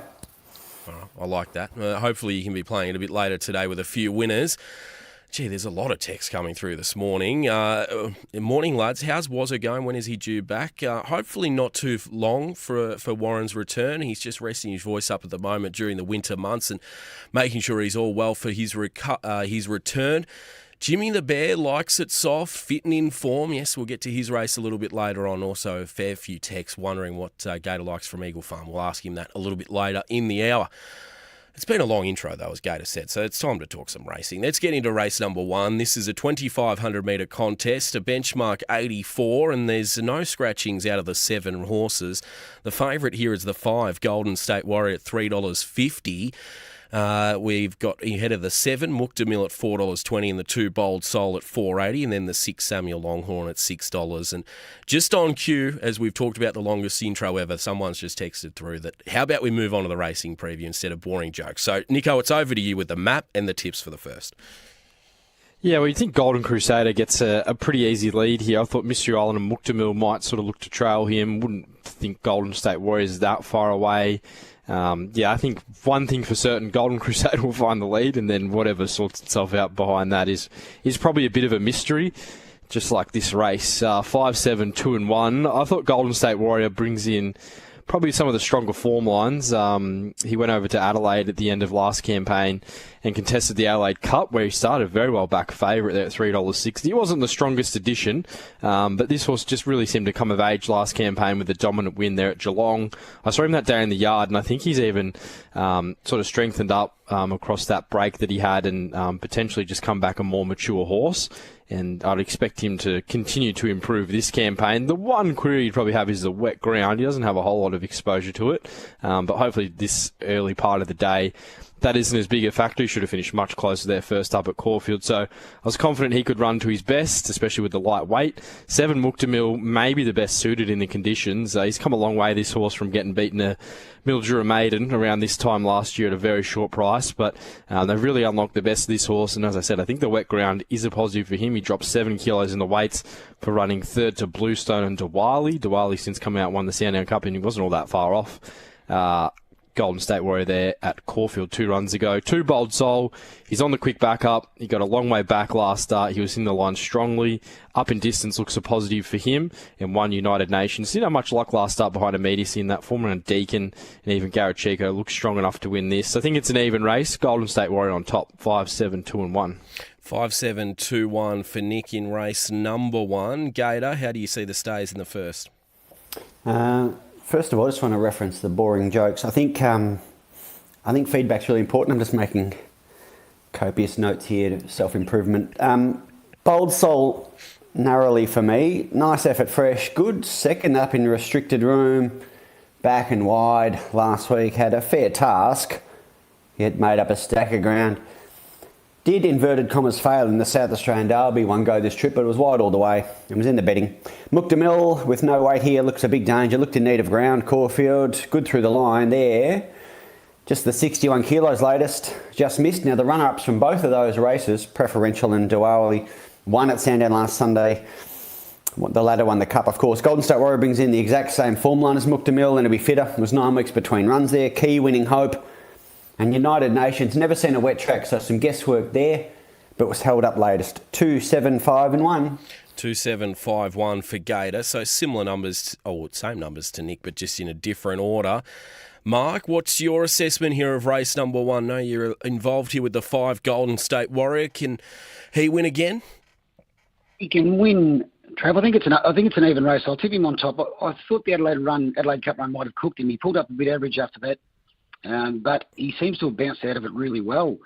He probably should have won at Caulfield. He just couldn't. He wouldn't let Jayla Kennedy hook him out, basically, and he was strong through the line. I think he'll get a great run here. Good claim by the stable, so we'll go with him just to beat number 7, Mukdamil, who I think is flying. Dropped down to 54 kilos. No worries if any rain comes. 6, Samuel Longhorn.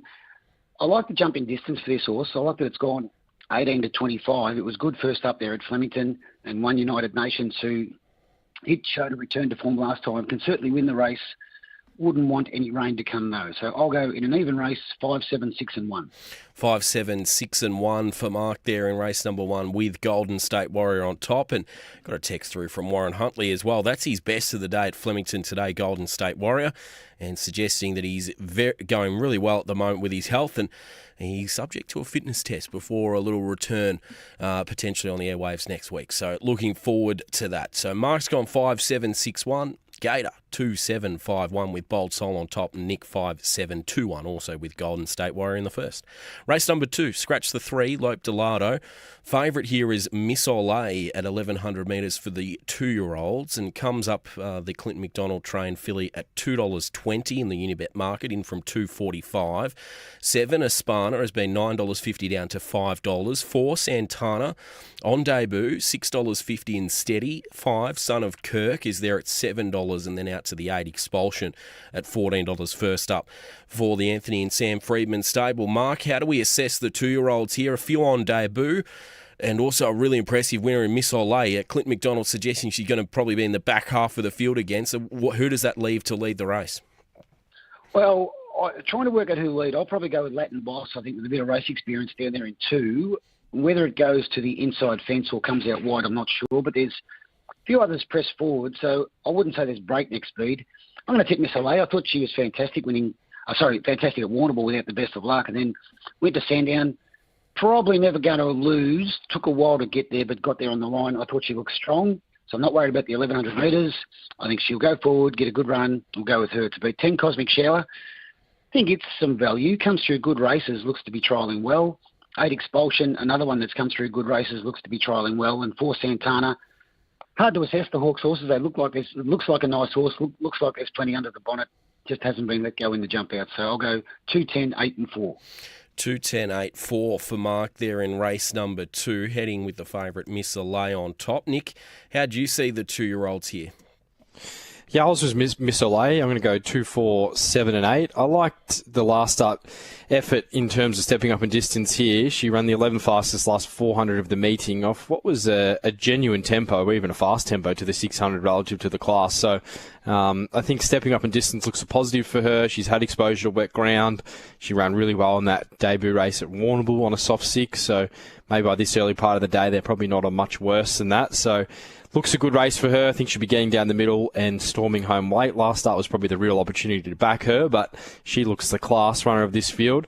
For Santana, I've really liked his jump outs leading in. I think there's a bit of quality around him. He's a very stylish mover. Barrier 1, it's probably a positive for a 2-year-old down the straight. They may head towards the rail here, and you do see those 2-year-olds that can follow the rail on debut have an advantage on those ones that are drawn wide. So that looks a positive for him. I think he's a nice horse in time. 7 Espana chased Miss Olay last start and looks to be only improved from that run. She probably gets a better map position here.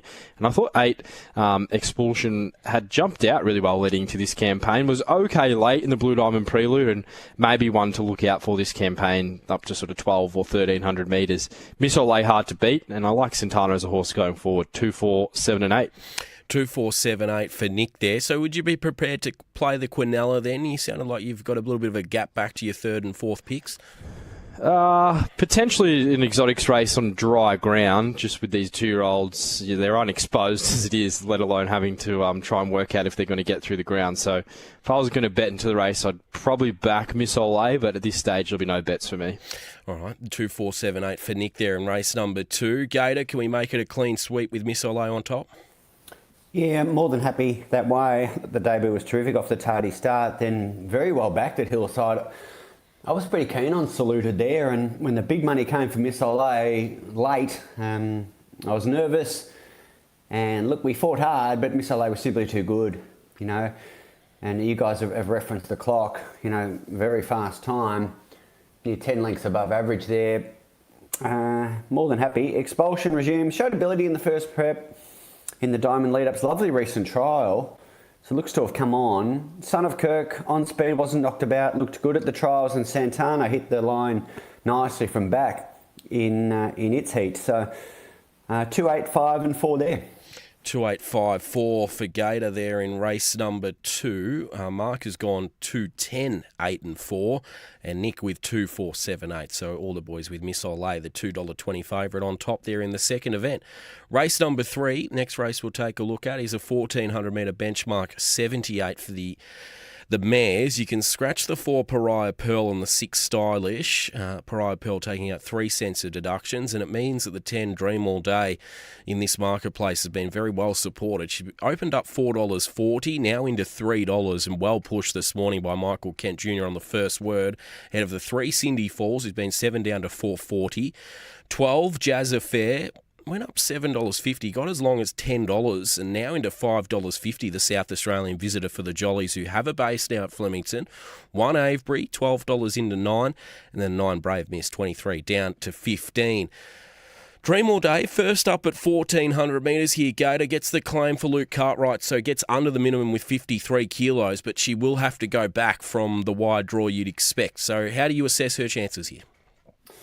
Yeah, look, Pariah Pearl's come out. Looked the logical leader to my eye. It's probably left to Avery to lead Fire Event now. I think both Fiasco Test and Silver Cliff can be handy. Dream All Day, look, yeah, narrowly on top. The first up run last prep was an outstanding win, I thought. Sort of got in early trouble and lost a couple of lengths and ran over them, and then one running away. I thought, how good's this thing? Then went to the $250,000 race and was a bit unlucky. 2 nice trials. Cindy Falls arguably should have won first up. They drew out and then hooked in and then got held up. It was great to watch and zoomed home to just miss at the odds there. Fire Vetna won a trial well enough, and Avery back to 1400s, no negative, and the speeds come out of it as a reference. So it does help that horse, I think. So I'm 10, 3, 2 and 1. 10, 3, 2, 1 for Gator. Dream All Day narrowly on top. Mark, what do you make of her chances first up this afternoon? Got a great hope. I'll just go with Jazz Affair on top of her. I think Jazz Affair's had the 2 starts at 1,400 metres for 2 wins. It was good first up. Was only 1,100, now jumps to 1,400. So, but you won't doubt this stable. They'll have it fit enough for the 14. I think Jazz Affair's got a great hope to beat. 10 Dream All Day, soft trials, great claim, sit back, be running on down the centre. Good roughie here, number 5, Matriarch Rose. So the 2 runs back from a break. It was good first up at 1,400, dropped back to 1,200, which probably wasn't ideal, and then just can face the breeze with no cover the whole way. Just had no hope in the world doing that. It can run better. Fourth pick, number 3, Cindy Falls, as Gator said, probably should have won first up. Now, it's got to cope with being ridden more forward over 1,400 metres, but got a chance. 12, 10, 5 and 3. 12, 10, 5, 3 for Mark there in race number 3. Nick, what do you make of this favourite? We've heard Mark against with Jazz Affair, Gator just narrowly on top with Dream All Day. And from a price point, what do you think's a reasonable price here for the 10 Dream All Day? Yeah, I think you'd have to have her somewhere in the mix. I'm not backing her here. I would have Cindy Falls, clear favourite for what we saw first up, and I think the commentary around Dream All Day from the stable, even watching her jump outs, is that she looks like she'll only improve. First up on potentially a wet track is a query for mine as well. So I think Cindy Falls is terrifically placed here. Thought she jumped out really well leading to that first up run. Gator and I were on, and it was a little bit of a tough watch. I think she should have won if she had a bit more clear air. Last 100 metres was sensational. You look back through her heavy track form, she hasn't missed a place on a heavy track, and her debut victory was on a heavy 10 in New Zealand where she absolutely ploughed through the ground. So if this track is rain affected come this time of the day, which I think it will be, that looks an advantage for her. Drawn well, Bates keeps the ride. Yeah, I thought she was a great bet and would have a clear favourite here at $4.20. 8 Riverina Power's mixing her form, but if you go back to her best run, which was a third behind Is It Me and Cap at 39 at this track and distance, that would see her in the game. She's a good wet tracker and she gets the blinkers on. Recent jump out chasing Whistlefield was pretty good in between runs. I could see her really improving here. 10 Dream All Day, there's no doubt she has a little bit of talent. Her ratings were quite good last preparation. Beating Inzuto that day at Flemington was a high rating race, so the talent's there. I think she'll just improve with the first up run, and agree with Mark. 5 Matriarch Rose probably set to peak third up and looks a horse you could play in some exotics. Keen Cindy Falls, and I think there's a little bit of value in the exotics to potentially be had. 3, 8, 10 and 5. 3, 8, 10, 5 for Nick with Cindy Falls on top. Gator's gone 10, 3, 2, 1 with Dream All Day, and Mark 12, 10, 5, 3 with Jazz Affair on top. Carmel's just text in wanting Mark's tips from race number 2. He was with the 2 Miss Olay on top, 2 to beat 10, 8 and 4. We'll take a quick break here on the Melbourne morning panel here this morning looking at the races at Flemington. We'll come back on the other side with races 4 to 6. This is RSN's Melbourne Racing Panel, presented by Unibet. Unibet, your place to bet on racing. Chances are you're about to lose.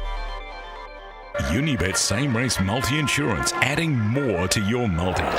This Saturday on races 5 to 8 at Eagle Farm in Randwick, if your 3 or 4 leg same race multi loses by 1 leg, get a bonus bet back. And on races 1 to 4 at Eagle Farm in Randwick, get a bonus bet back if your horse runs 2nd or 3rd. Bet now on the Unibet app or at unibet.com.au. Unibet, your place to bet on racing. Eligible existing Unibet customers only.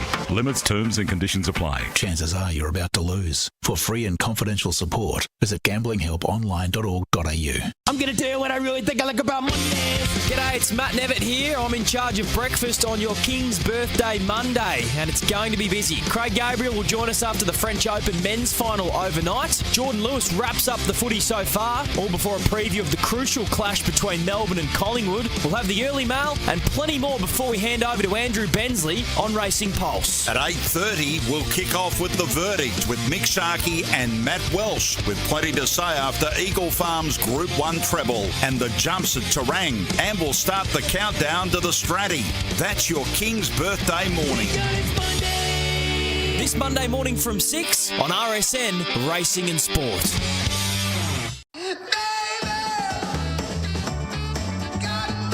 Kia's most awarded SUV, the 7-seat Kia Sorento. Available in petrol, diesel, hybrid and plug-in hybrid powertrains.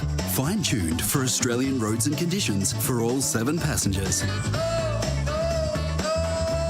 To find out more, visit kia.com.au or visit your nearest Kia dealer. Kia, movement that inspires.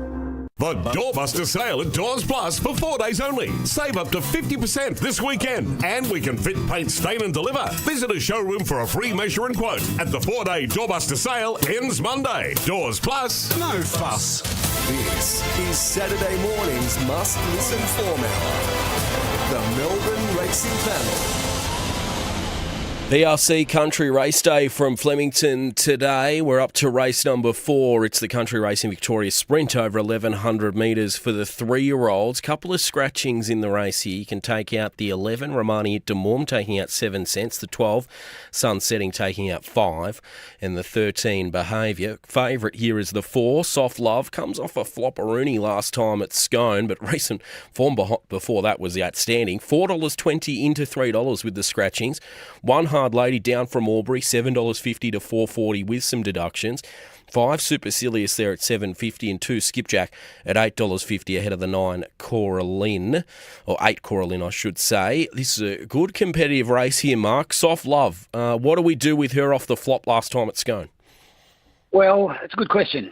Back onto, well, maybe a better track, maybe not a better track. The win before at Caulfield was outstanding. I'm going to tip Soft Love on top, but it's not a race I'll be betting in. There's certainly some chances come to the end of its campaign to beat number 8 Coraline. I thought Coraline trialled really well before that first up win and burst through for a good win at Packham. Got a great hope again.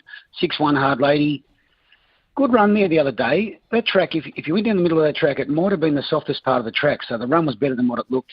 And 5 Supercilious, who's coming off a break but trialled well in a hot trial. 4, 8, 6 and 5. 4, 8, 6, 5 for Mark there, with Soft Love on top at the 8 Coraline, $9.50 at the moment in the market. His second pick.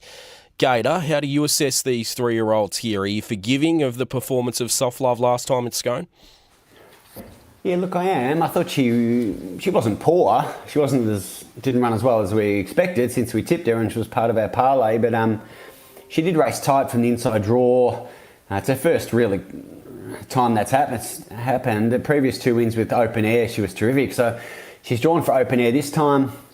Back and obviously a few notches in grade as well. And should be steaming home. Coraline, I think, is a danger as well. Had the right run, fresh, but far too good. Time was good. And trialled well prior to that. At the end of last prep, It's a Yes beat Coraline and actually went to 2 kilos better. And It's a Yes is here off a couple of nice trial wins. 1 Hard Lady and Run Like an Encryption. Yeah, I don't think that either of them were in the A plus ground. I don't think there's much between them here. They're both in that early quaddie. 4, 8, 9 and 6. 4, 8, 9, 6 for Gator, with Soft Lovers on top as well, and Coraline in for second. So same quinella for both Gator and Mark. Nick, how are you assessing these 3-year-olds up the straight? Yeah, it's tough. I'm going to go 4, 6, 2 and 3 with the 4 Soft Love. I agree with Gator's point. Maybe just getting to the outside of horses here could be an advantage for her. That race at Scone last start was the fastest she's ever travelled in a race to the 600-metre mark. So maybe just a little bit slower of a tempo here, which looks the case. It doesn't look a whole lot of speed on paper. And down the straight, she may be able to show her best asset, which is her turn of foot by looks of things. If she was just to come into this win, say, off her Caulfield win, I think we'd probably all be declaring her here. It's just that last start that I think everyone's a little bit apprehensive of going again on her. I think the race is pretty weak for a Saturday class of race, and if she is, as the market suggests, a stakes class, really, she should be getting the job done here.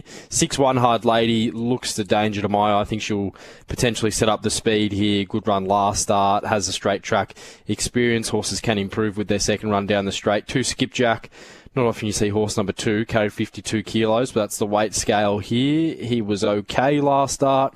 And 3 Salsa Follow, maybe the best suited in the conditions. He's a horse that has run well on wet ground before and may have improved this campaign. 4, 6, 2 and 3.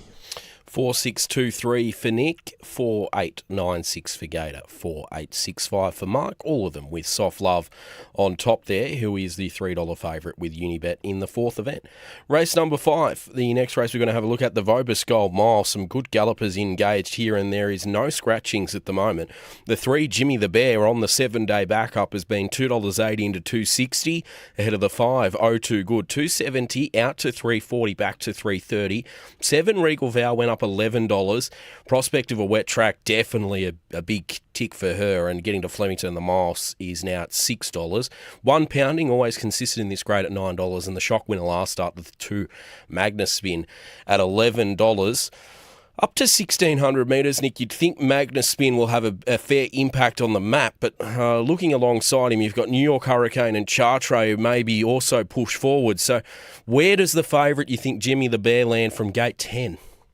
Yeah, I even thought the Adelaide pair, drawn 2 and 3, probably can hold their spots. I think he's probably worse in midfield, just looking to potentially get a bit of cover, Jimmy the Bear. By this time of the day, that could be an advantage given the winds. The winds look like around the circle. The cover could be an advantage, and also getting to the wider lanes if the rain has hit should be suited for those horses in that position.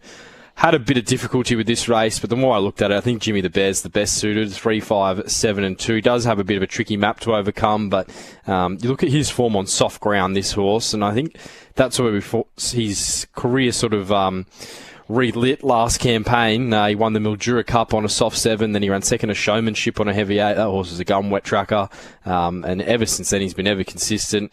Look at Patrick and Michelle's third up stats also, and probably the last 100 runners they've had. That's really when their horses seem to peak, so he could be just going to potentially a new level on today. So with that wet ground, I think 502 Good's a danger. Looking at her as a type, I'd expect her to handle the ground. She's very athletic. She doesn't carry a lot of condition, so those horses can be suited in these conditions. Just peaked on her run late. This is a bit of a step up, but she looks set to peak third up. 7 Regal Vow will have to get back, but she'll be strong to the line.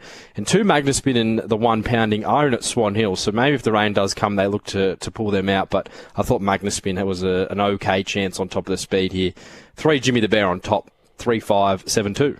3, 5, 7, 2. Jimmy on top for Nick. Mark, are we with Jimmy again after his performance last week? A great chance. He's got an awkward gate. It's a messy map. There's no standout speed, so he's got a messy little barrier out there, Jimmy. I'm going to go each way Regal Vow. I think she was much bigger odds at double-figure odds. She's been in and scratched that much because of firm ground that you think she would have needed that run at Caulfield last time. She wasn't far behind Jimmy. I think she'll be much fitter for that. She gets onto softer ground. And each way, I would be surprised if you miss with Regal Vow. To beat 3 Jimmy the Bear, just might have come back from a spell. A better horse has got a great chance again, has got the wide gate and no claim. I think 4 Sharpers is not hopeless. This horse probably wasn't fit enough to do what they wanted to do at Moonee Valley 2 starts ago, lead all the way in that ground, and then just wide all the way last time. Didn't drop right out. Gets a beautiful run here for John McNeil. And 502 Good. Those runs have been okay. I'm not sure it's going absolutely as well as it can, and it's got to cope with a strong mile as well. So a few things against it at the price. I'll go 7, 3, 4 and 5. 7, 3, 4, 5 for Mark. Regal Vow on top. Gator, how do you see the Vobis Gold Mile? Yeah, look, I'm gonna stick with Jimmy the Bear. Obviously, his first up run was nothing short of excellent. Sitting wide all the way in a fast run race and charging out after War Machine. Now, he had the right run last time, if you watch from the 1,000, but the first 600, he was wide before tucking in. So, look, he's up to 59 kilos, but he's actually in really well, given its set weights and penalties. And he's just a really good miler. 0-2 Good, excellent return, flashing home. Look, the winner, Hillside, just peaked late, perhaps, second up, or it was the 59 and change against the boys, which is never easy to do. Mile, no issue, her. Regal Vow, yep, ran home well, wasn't far off Jimmy the Bear, latest as Mark referenced. It was 8 weeks between runs, so must have a case. And Chicago Storm, you can tie the form in through Jimmy around Aaron Bay and co. And Ryder concerned with the action last time. All his other form measures right up here. And he goes in as well. Doesn't end there. Gee, tough one. I'm 3, 5, 7, 6. 3, 5, 7, 6 for Gator there in the Vobis Gold Mile with Jimmy the Bear on top. 7, 3, 4, 5 for Mark with Regal Vow. 3, 5, 7, 2 for Nick with Jimmy. Race number 6 is the next race we'll take a look at. And this is another competitive race on a competitive card of racing at Flemington. This is the Darren Galley Mile, honouring one of the great people in country racing, and great to see a race named in his honour here. Take out the 2 Calcallo, the 9 Aha, the 10 Dark Simba and the 12 Forest Jim. Dark Simba takes out the most deductions there at 8 cents with Aha with 7. Detroit City is the favourite now, given the deductions in this market, is in $4.40 ahead of the 7 Taken at $4.40, 5 King of Enterprise at $5, 4 Snoopy now at $6.50, the South Australian, and 11 Narbold at $8.50. Gator, we'd think Taken rolls forward here from the wider draw or middle draw. Who do you think comes with him? Yeah, look, it doesn't look a fast-run race by any stretch of the imagination. Royal Hill, I think, is there, and Zoo Rain, probably your first three. I wouldn't be surprised if Snoopy now rolls forward. Going back through his form, he's been able to settle third and fourth in his time. He was well backed and a strong win latest against some pretty handy older horses. I'm hoping the form's good, given the horse that he beat will be my best in Adelaide today. Forget his Derby miss prior to that when he was wide. He's beaten Athanatos, and I don't think any of these could do that. Dark Simba draws out here, so it's a query. Beat the older horses latest. It was also strong out, doing. Gator, Dark Simba. We've lost, a scratching. Let's make some notes there. Didn't see that one coming. All right. So we've got 5 King of Enterprises, the danger. Forgive Job latest. Tough win prior. Wet track's the key to him. Detroit City is a runner. Yep, we'll put it in. Next best, and I don't know, maybe 11 Narbold. It's not one of mine, but gets promoted. 4, 5, 3, 11. 4, 5, 3, 11 with the South Australian Snoopy now on top. Mark, what did you assess here in race number 6 with the 3-year-olds? King of Enterprise, yeah. Gee, it looks like it's come back from a spell in great order. That was a better win than what it looked at Warrnambool. It had the leader, Ultra Blue, was dictating and kicking, and it had to really dig deep to win there. Went to Sandown, drew 1. Traffic was always going to be the issue, and all it saw was bums up the straight. It probably should have won the race. It's just powering through the line. Had a beautiful soft run to come into this. Drawn to be off the fence. I think it'll win King of Enterprise to beat number 4, Snoopy now, who, as Gator said, has got that Athanatos victory to its CV, which is good form. 7 Taken. Bit of heat's come out the race, so Taken will go forward, get a great run again. And 11 Narbold. Fitter had its chance last time, but close to a win. 5, 4, 7, 11. 5, 4, 7, 11 there for Mark in the 3-year-old 1,600 metre contest with King of Enterprise on top. Nick, I know you're a big fan of that galloper, and gee, he had no luck last time. Yeah, and when you look through the data, so his last 200 is the 8th fastest of the race, which doesn't look that good, but his last 100 was the fastest, and it was the 6th fastest last 100 of the day there, thanks to Benny Asghari on the analyzer, who provided those stats. So, he had no luck. Given that Detroit City and Taken are shorter prices, and he should have beat them, I'm surprised he's not favourite. Slow tempo looks to suit him. He copped a slow tempo there at Warrnambool, run some of the quickest closing splits of the day. So he goes on top for me from the 6 Zoo Rain, who probably gets the best run here. I think he's suited up to 1,600 metres, brings in the different form line here. 11 Narbold probably should have won last start. Maybe that horse on the inside just sort of dive-bombed him late, just sort of caught him off guard a little bit. And 3 Detroit City is a good wet tracker, but King of Enterprise should be favourite in my book. Wet tracker tick and slow tempo potentially a tick as well. 5, 6, 11 and 3. 5, 6, 11, 3 for Nick with King of Enterprise. Mark with the same horse on top, 5, 4, 7, 11. And Gator has gone 4, 5, 3, 11 with the South Australian Snoopy now, who is $6.50 in the Unibet market. That's the first leg of the quaddie. We'll come back on the other side of this break with the final 3 legs from Flemington. This is RSN's Melbourne Racing Panel, presented by Unibet. Unibet, your place to bet on racing. Chances are you're about to lose. Feel the thrill of the 2025-26 season with an MRC membership. That's 80 race days across 3 tracks: Caulfield, Mornington and Sportsbet Sandown. Unlock unrivaled access to 13 Group 1s, plus exclusive dining, guest passes, MCC reciprocal rights, and of course, access to the Sportsbet Caulfield Cup Carnival. The roar, the rush, the thrill. This is your season to feel it all. Join now at mrc.racing.com.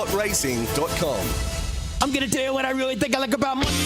G'day, it's Matt Nevitt here. I'm in charge of breakfast on your King's Birthday Monday, and it's going to be busy. Craig Gabriel will join us after the French Open men's final overnight. Jordan Lewis wraps up the footy so far, all before a preview of the crucial clash between Melbourne and Collingwood. We'll have the early mail and plenty more before we hand over to Andrew Bensley on Racing Pulse. At 8:30, we'll kick off with The Verdict with Mick Sharkey and Matt Welsh, with plenty to say after Eagle Farm's Group 1 treble and the jumps at Terang. And we'll start the countdown to the Stratty.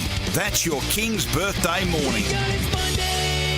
This Monday morning from 6 on RSN Racing and Sport. Need to see it to believe it? Try Sportsbet's race replays. Tap on a horse and watch its recent runs across all Australian tracks. Race replays from Sportsbet. Conditions apply. You win some, you lose more. The Doorbuster sale at Doors Plus for 4 days only. Save up to 50% this weekend. And we can fit, paint, stain and deliver. Visit a showroom for a free measure and quote. At the 4-day Doorbuster sale ends Monday. Doors Plus. No fuss. This is Saturday morning's must-listen format. The Melbourne Racing Panel. Great to have your company on the Melbourne Racing Panel. A couple of texts coming through on 041690 50 52. One from Dogger from Yarraville. The rain has hit the border Melbourne. Heavy track pending at HQ, he's suggesting. Well, I went out there in the last ad break. Still hadn't hit the rain here at Flemington, but it is inbound. Dan's suggesting that we should be getting on Dark Simba, considering it's running Mornington Monday, race 8, $2.30 at the moment. Dan all over Mornington Monday, also suggesting race 5, number 4, Flyer, will be hard to beat after it was tipped by Gator last week and beaten at a long price just on the line. And also a few tips through for Yawang, who goes around in the Queensland Oaks, and also Lavalier in the Queensland Derby. So great to get the input from the texters this morning. Race number 7 is the next race we're going to have a look at. It's over 2,000 metres, a benchmark 84. Scratchings here. None out. You can all clear. 13 is the favourite here, Libramy, $3.20 ahead of the 12. Euphoric at $6. One nonconformist at $7.50. A winner of a Blamey Stakes here at Flemington. 15 Ruakaka Raider, 11 down to 8, and 9 Townsend is there at $8.50 in the 8 Shayar, a good Flemington galloper at $9. Nick, where does Libramy get on the map here, the favourite? That doesn't look a heap of speed to my eye on paper. Yeah, but Townsend is a horse that likes to really roll along at a strong gallop. He's 4 of his last 5 runs he's led, and he has led at fast pace when he's done so. So I think he'll go quick here. I think Rolls will probably push him to do so from barrier number 1, Shahaya. I thought Libramy gets well back in the field, and that's where I would say a lot of the key chances get. My tips get a bit rogue from race 7 on. I went looking for some wet trackers and some roughies because didn't really like anything in the market. Went with nonconformist on top here, the 1. Class horse of the field. We all know how good he is. The wet ground is some query, but I think his class will take him a long way here. Second up, he looks set to peak in the campaign. Did jump out really well leading into this. I thought 5 Virtuous Circle, if he can get back to his best, which did see him win this race last year, and rate quite well in doing so. He loves wet ground. I didn't think his run the Ramsden was too bad from an impossible winning position. Back to 2,000 metres and the potential of a very wet track. He looks suited. Thought 3 Adarkin, is it? For the Mar stable was good first up. Didn't have much luck there at Caulfield. Wet track looks really suitable for him. I think he can run an improved race, and 7 Rolls is a great wet tracker and should just stalk the speed. 1, 5, 3 and 7, and we'll be playing the exotics. I thought Libramy was too short. All right, against the favourite there for Nico with the 1 nonconformist. He's been a great horse for a long period of time. Of course, ran second in that 2021 Caulfield Cup behind Incentivise. What a horse he was, Gator. No Incentivises here. How do we play race number 7? Yeah, he was enormous that day, wasn't he? Nonconformist. He just ran into a superstar and he thrashed everything else from memory. What race are we up to? Let's have a look here. Race 7. Alrighty, Libramy. Look, he never looked like losing last time to 1800. He was well ridden, but, you know, best horse. And he handled the wet ground really well. So, first go 2000, no reason to doubt him. Euphoric made good ground hillside, mostly on pace race. Was 5x between runs there too. Proven 2,000 metres. I think he'll run really well. Ruakaka Radar. Yeah, the very end of 2000 perhaps. Tiny query, but he's in with no weight to offset that. And Shayar, he's just a really good 2,000 metre horse. They've tried him further, doesn't work. Shorter, doesn't work.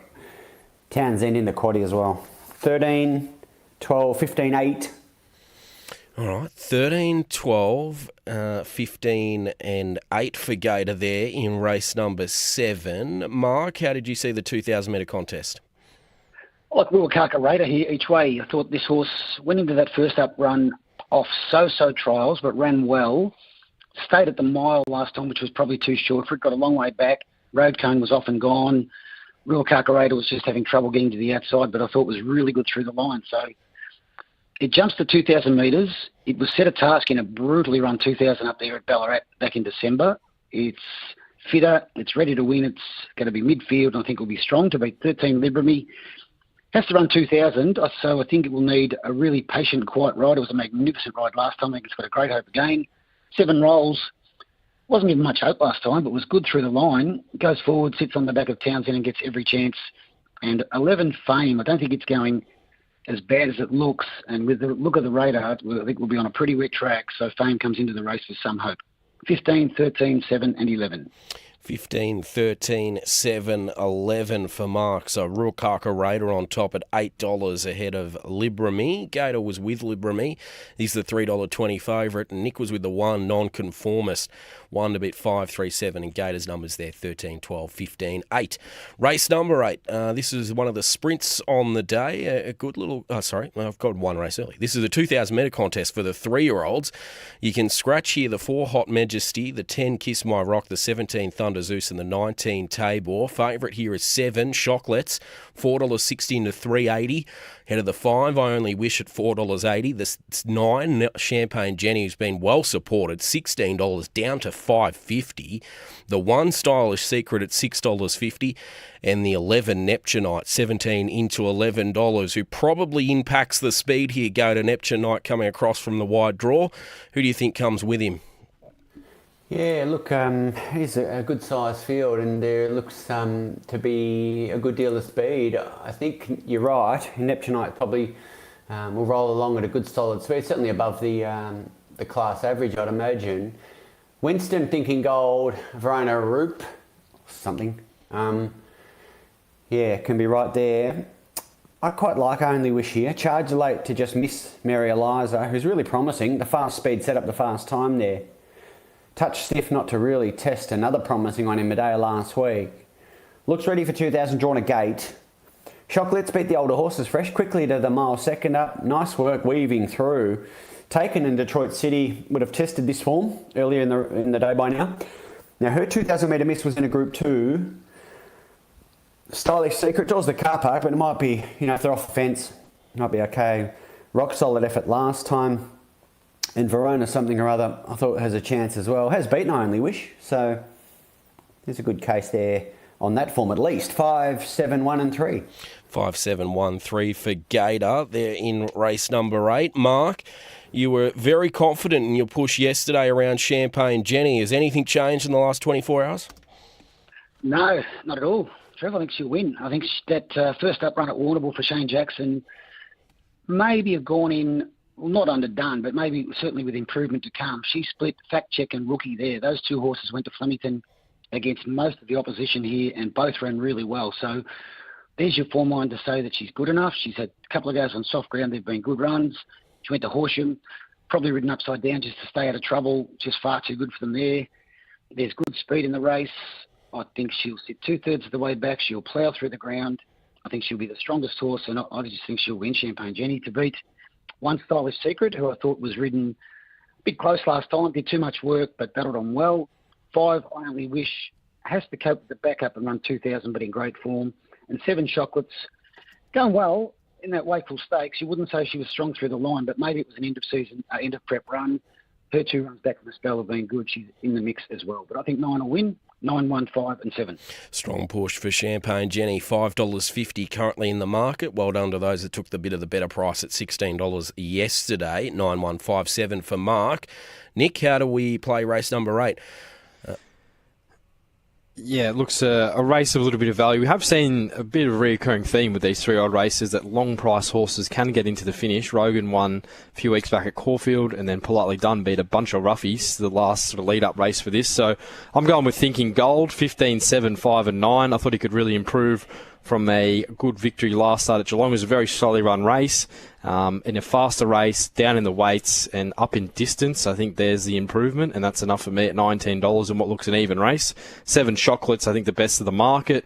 She looks set to peak here, 3rd up. 5 Only Wish, some query at 2,000 metres, but she should have finished closer to Medea last start. And Champagne Jenny, maybe I got to elevate her in my tips after Mark's strong push, because she looks the one potentially with the most upside, the 9. Keen 15 each way. I think he runs pretty close to a drum here. 15, 7, 5 and 9. 15,759 for Nick with Thinking Gold, $17 at the moment. Mark was 9,157. Champagne Jenny on top for him, and Gator 5, 7, 1 and 3. Race number 9 is the last event on the program. 1,200 metre VRC Country Race Day Sprint. It's a benchmark 84. You can scratch here the 2, Crosshaven, the 6, Carricasu, the 9, Talbragar, the 15, Impressive Enough, the $18 Chaser, and the 20, Rude Royal. 7 cents taken out of Talbragar from a deductions point of view. 12, Pivot City, the favourite. $3.50 down to $3. Ahead of 4, Marble 9 there at $4.80 with the claim for Hannah Edgley. 8, Namesake at $5.50, and then the 3, Rheinberg, the other one under double figures there at $9. Looks a tricky race to come home, Mark. How did you see it? Sure is. I don't think I've got a rider here for Reduced Choice yet, have we? We're without a rider still. I thought Reduced Choice could run well. I thought it was in its wrong race, wrong track. First up at Moonee Valley. I'd be forgiving of that run. It's been back to the trials, didn't have any blinkers on, got a long way back, worked through the line quite well. It's a horse that races well down the straight and I think can run a much better race to beat. 12, Pivot City, not really in the right part of the race last time. Yeah, it was a bit plain late and it may certainly be getting the end of its campaign, but its best form can win. 16, True to Form, okay, first up in probably a better race than this, fitter, and 8, Namesake, in the mix after a good win last time in a similar race. I'll be putting Bigolino in everything I do now with the rain as well. 17, 12, 16 and 8. 17, 12, 16 and 8. Would love to have Reduced Choice in this race. He'd be a complete moral, but that's Reduced Night, the 17 on top for Mark there in the last, who doesn't have a rider listed as of yet, and is a very good each-way price, the 17, $12 we can get at the moment. Celine Gaudray actually picking up the ride there on the 17. Nick Noonan, how do we come home in the last? Just going to back the best bet tracker here, and I think that's Home Rule. Going to go 7, 17, 16 and 8. What's a tough race. Home Rule disappointing last start in the Wangoom, but the market support was there for him. He was 10 into $6.50. Run prior wasn't all that far off Lunacat Persian Spirit. And then even in the spring wasn't all that far off Barracuda and War Machine. So that looks strong form. He's a great wet tracker. I think that looks good for him here. 17 Reduced Night, query on the ground, but does like the straight, and as Mark outlined, does seem to be going well. 16 True to Form in a race that's very weird. The DF might be pretty good here coming from Sydney. And 8 Namesake is very consistent. 7, 17, 16, 8. Similar numbers to Mark there, 7, 17, 16, 8. Apologies, the 17 Reduced Night to be ridden by Zach Spain. Gator, how do we come home? Yeah, look, I'm going to tip Marble 9 to run well in a Wangoom, close up in a listed race here, back to a benchmark 84, which originally looked quite a strong 84, but it's not anymore, given, so many aren't there. Pivot City, he did win up the straight from an inside draw early in the prep. Was a terrific win as well. Just the way this track played last time, the challenge is greater, I think, from the inside draw. Semi-forgivable latest. Reduced Night goes in and Namesake gets promoted. It was originally 56th pick. 4, 12, 17 and 8. 4, 12, 17, 8 for Gator in the last. Nick 7, 17, 16, 8. Mark 17, 12, 16, 8. Final break, plays of the day, other side. This is RSN's Melbourne Racing Panel, presented by Unibet. Unibet, your place to bet on racing. Chances are you're about to lose. The Doorbuster sale at Doors Plus for 4 days only. Save up to 50% this weekend. And we can fit, paint, stain and deliver. Visit a showroom for a free measure and quote. At the 4-day Doorbuster sale ends Monday. Doors Plus, no fuss. Here's another weekend offer from Bet365. Do you like a challenge? Try Bet365's 6-horse challenge this Saturday. If you're an existing customer, head over to the racing section and click on Games to submit your selections for a chance to win $75,000. Don't worry if you don't get all 6 right. You'll still receive cash if you correctly pick 4 or 5 horses. It's never ordinary at Bet365. Subject to availability, eligible customers only, terms and conditions apply. Chances are you're about to lose. For free and confidential support, call 1-800-858-858 or visit gamblinghelponline.org.au. Every year, we help thousands of people like you control their gambling. So, we get that every story is different. We get there might be setbacks along the way. We get that you might need lots of support, or just the odd call. To change the way you think about gambling, call someone who gets it. Call Gamblers Help on 1800 858 858 or visit the Gamblers Help website. This is Saturday morning's must-listen format. The Melbourne Racing Panel. Time for the plays of the day here on the Melbourne Racing Panel. Time to get Gator's best of the day. How do we play a day at the races at Flemington, Gator? Yeah, so my best is a race 4, number 4, Soft Love. We lost, our value plays. Let's go 6x4 Snoopy now. Perhaps on the, there's a bit of a value play there. Quaddy-wise, let's go with 4, 5, 3, let's go 13, 12, 15, 8 and 9. Let's go 5, 7, 1, 3, 8. And let's go 4, 12, 17 and 8. All right, there's the quaddie at Flemington and the best. The best interstate today, Gator? Lost that at Scratching Time Randwick. We'll go to race 2, number 4, Engine Room now. Best Adelaide, race 6, number 4, Tarney Treasure. Best Eagle Farm. Race 10, number 6, Kin. All right, best of luck today, Gator. Enjoy your day on Sky One. Thanks for your company this morning. Mark Hunter, how do we see a day at Flemington? What's the best? We'll go the best, race 8, number 9, Champagne Jenny. The value, race 7, number 15, Ruakaka Raider. The quaddie, first leg, 5, 4, 7, 11. Second leg, 15, 13, 7. Third leg, number 9. And last leg, 17, 12, 16 and 8. And off to Swan Hill, race 3, number 5, Silver Pledge. I thought could outstay them in the 2,400 metre maiden. All right, don't mind that. Race 3, number 5, Silver Pledge, currently $3.80 there at Swan Hill. Best of luck today, Mark. Thanks for your company this morning. Nico, best at Flemington for you. Best race 3, number 3, Cindy Falls. Think she'll like the wet ground, love the first up run, so she's the best. Value, I'm going to go race 8, number 15, Thinking Gold, but also be on Home Rule and Virtual Circle for similar results. Quaddie, as I said, I've gone a bit rogue here. I've gone with the wet trackers. 3, 5, 6, 11 in the first leg. Second leg will take 1, 3, 5, 7, 8, 11. Third leg 3, 5, 7, 9 and 15. And we'll come home 7, 8, 16 and 17. Anything out wide for you today, Nico? I was actually the same as Mark. I was having a good look at that Swan Hill race this morning, and I thought Silver Pledge looks the one suited potentially getting to those middle lanes. Done all the form for tomorrow for Swan Hill, so that'll be where I'll be looking to play a little bit more. But yeah, Silver Pledge did look well placed in what looked a weak maiden. Yeah, he certainly does. Race 3, number 5, Silver Pledge for both of the boys there at Swan Hill. I liked one in the first there, Torretina. I think it's jumped out nicely. So that's race 1. Number 3, the best for me across the day. Enjoy your Saturday at the races. 3 Group 1s, Eagle Farm, 9 races at Flemington. What a bumper Saturday it is. And day 2 of the Swan Hill Carnival. It's the news, and on the other side, it's the boys with Get On Now. Correct weight analysis of Saturday's Melbourne racing every Sunday morning at 9. Broadcasting throughout Victoria. RSN Sports Update. Good morning, I'm Andrew Bensley. Ange Postecoglou's days at Tottenham Hotspur are over after being sacked by the club's board. The move coming after Tottenham won their first silverware for 17 years. But for some, it didn't surprise. ESPN's Mark Ogden, one of those. They won the trophy, and it probably gave Daniel Levy, the Spurs chairman, something to think about. But ultimately, Tottenham's performance in the league last season, 38 points, they were the team that was above the relegation zone. It was nowhere near good enough, and I think that is what's cost Ange Postecoglou the job. Postecoglou releasing his own statement through UK TV. When I reflect on my time as manager of Tottenham Hotspur, my overriding emotion is one of pride. The opportunity to lead one of England's historic football clubs and bring back the glory it deserves will live with me for a lifetime. Now to Flemington, where morning showers are likely ahead of race 1 at 11:55. The track at the moment, a soft 5.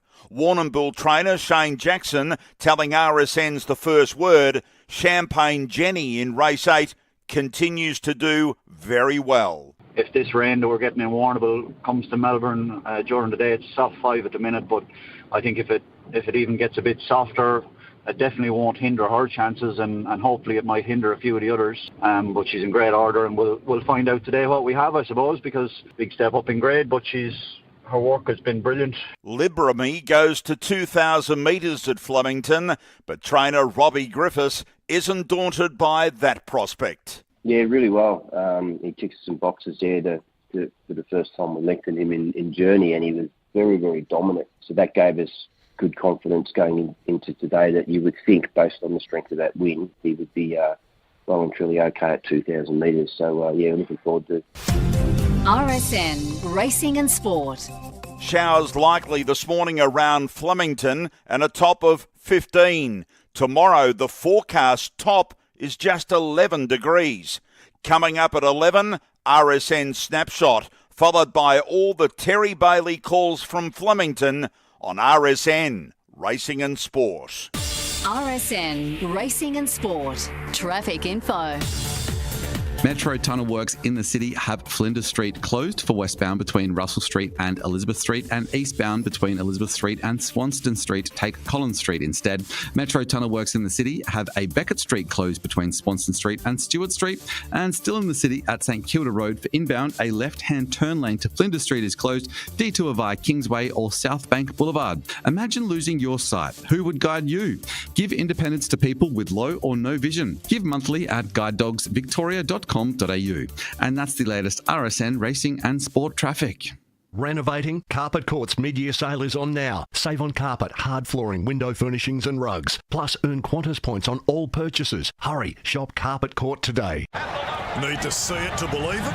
Try Sportsbet's race replays. Tap on a horse and watch its recent runs across all Australian tracks. Race replays from Sportsbet. Conditions apply. You win some, you lose more. Get on now, powered by Sportsbet on RSN Racing and Sport.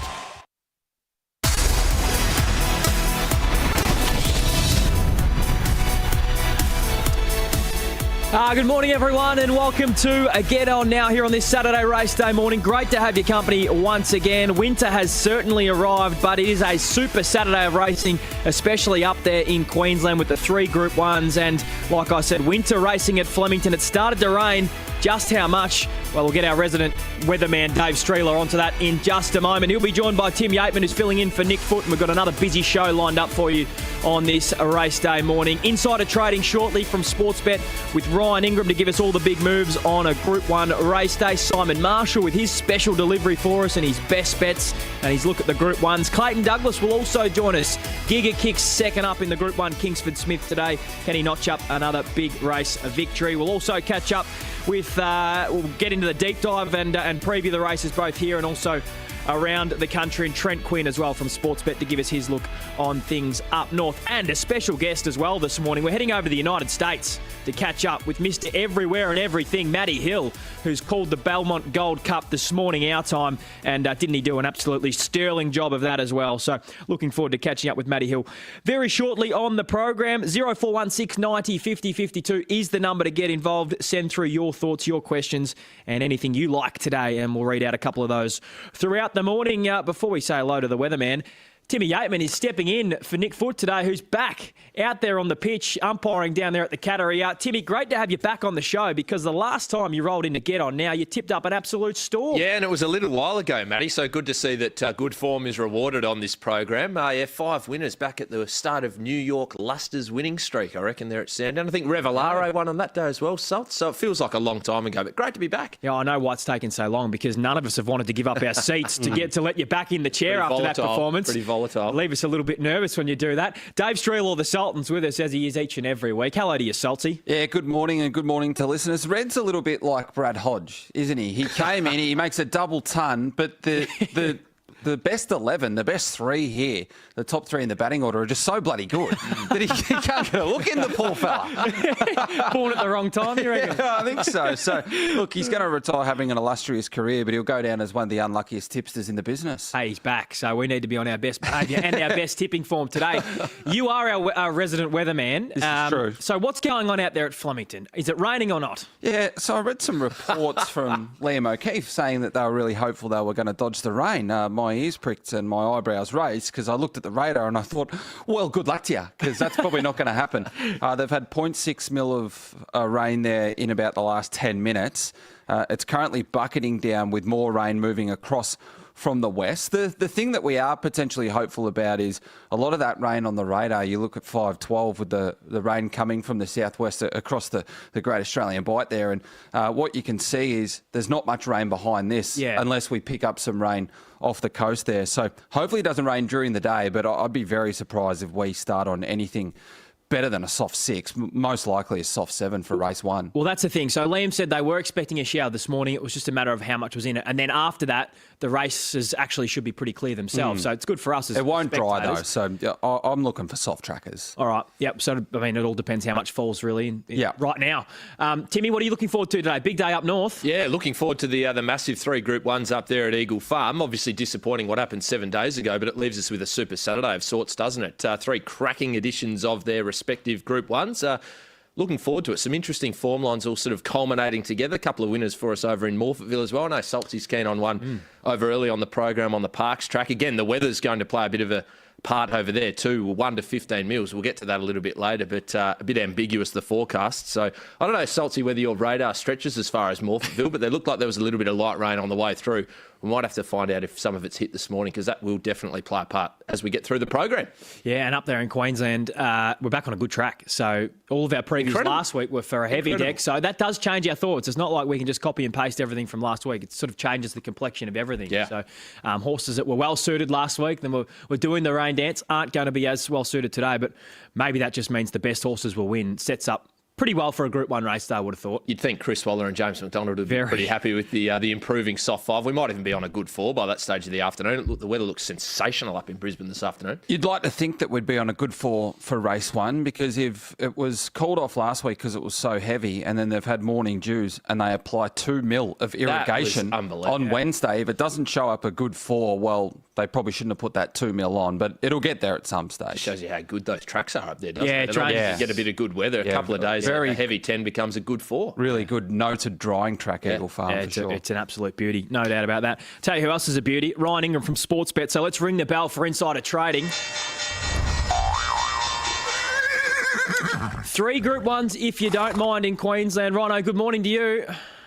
Morning, boys. Yeah, it's shaping up to be a cracking card up there. I'm in the hot seat for Eagle Farm at Sportsbet today, so looking forward to trading that and seeing what we can do. And it's going to kick off in the first with Sunrays. It's been the best backed on the entire card. So race 1, number 13, Sunrays. I was talking about this horse a couple of weeks ago. It was actually our hot combo when we got to Blazing Saddles, and the line's up again. It's a $2.60 favourite here. It's got half the hold, and it's the biggest go in the Sportsbet book at Eagle Farm at this stage. All right, punters going hard early in the first.